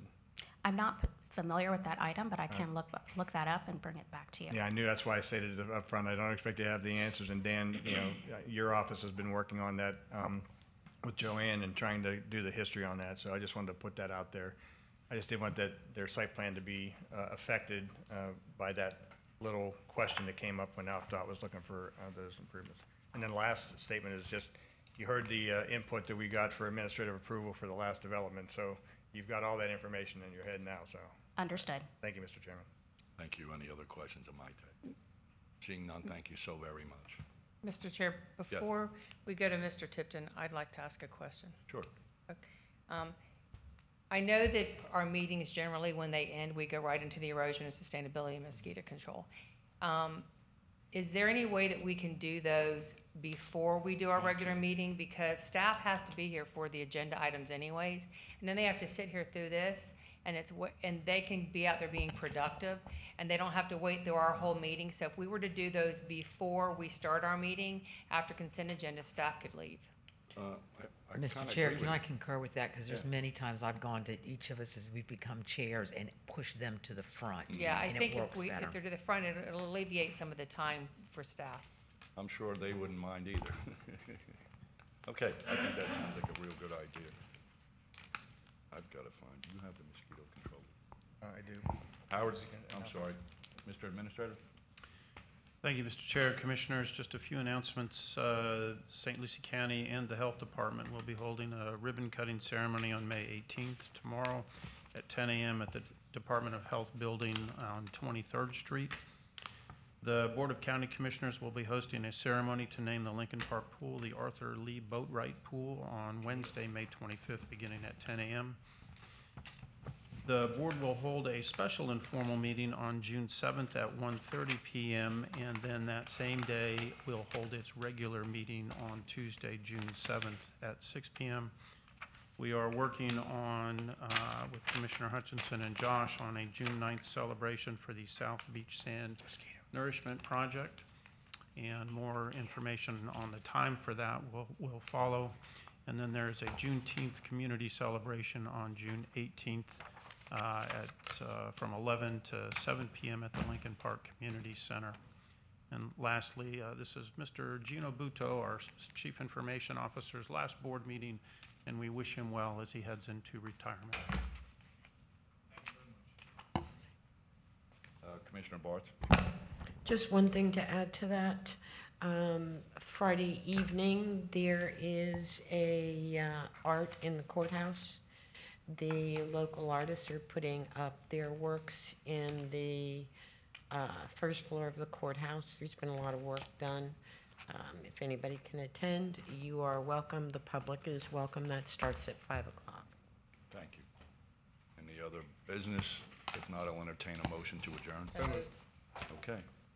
We'll come to order of St. Lucie County Erosion District. First on the agenda is general public comment. Seeing none, approval of the minutes for April 19th. So Motion. moved. Second. Motion is second. All in favor? Aye. Aye. Motion passes. There is a consent agenda, small as it is. Is there a motion? So moved. Second. Motion and a second. Once again, all those in favor? Aye. Aye. Motion passes. No regular agenda, and Mr. Tipton stole my thunder on reminding everybody, but we will get more details about the ribbon cutting. We can now finally celebrate. Is there a motion to adjourn? So moved. So, Environmental. So we'll go, come together as the Environmental Control Board. First item of business is the general public comment. Anyone wishing to address the Environmental Control Board? Seeing no movement, come back to the board. Only item on the agenda is the approval of minutes for February 15th, 2022. So moved. We have a Second. motion and a second. All in favor? Aye. Aye. Aye. Any opposed? Motion passes. No consent agenda, no regular agenda item. Motion to adjourn? So moved. Thank you. We'll call together the Mosquito Control District meeting. Any general public comment? Seeing no general public comment, I'll entertain a motion for approval of minutes of the April So moved. 19th. We have a motion. Do I have a second? Second. All those in favor signify by saying aye. Aye. Aye. Motion approved. Consent agenda, we have a warrants list 28 Move through approval. 31. Second. We have a motion and a second. All those in favor? Aye. No regular items. I'll entertain a motion to adjourn. So moved. So moved. Thank you. okay. Last but not least, come together as the Sustainability District. Public comment, anyone wishing to address the board? Seeing no movement, I will close public comment. Need the approval of minutes from February Move approval. 15th. I have a motion and a second. All in favor? Aye. There are no items on the consent, no items on the regular. I have a motion to adjourn. So moved. Okay, thank you very much.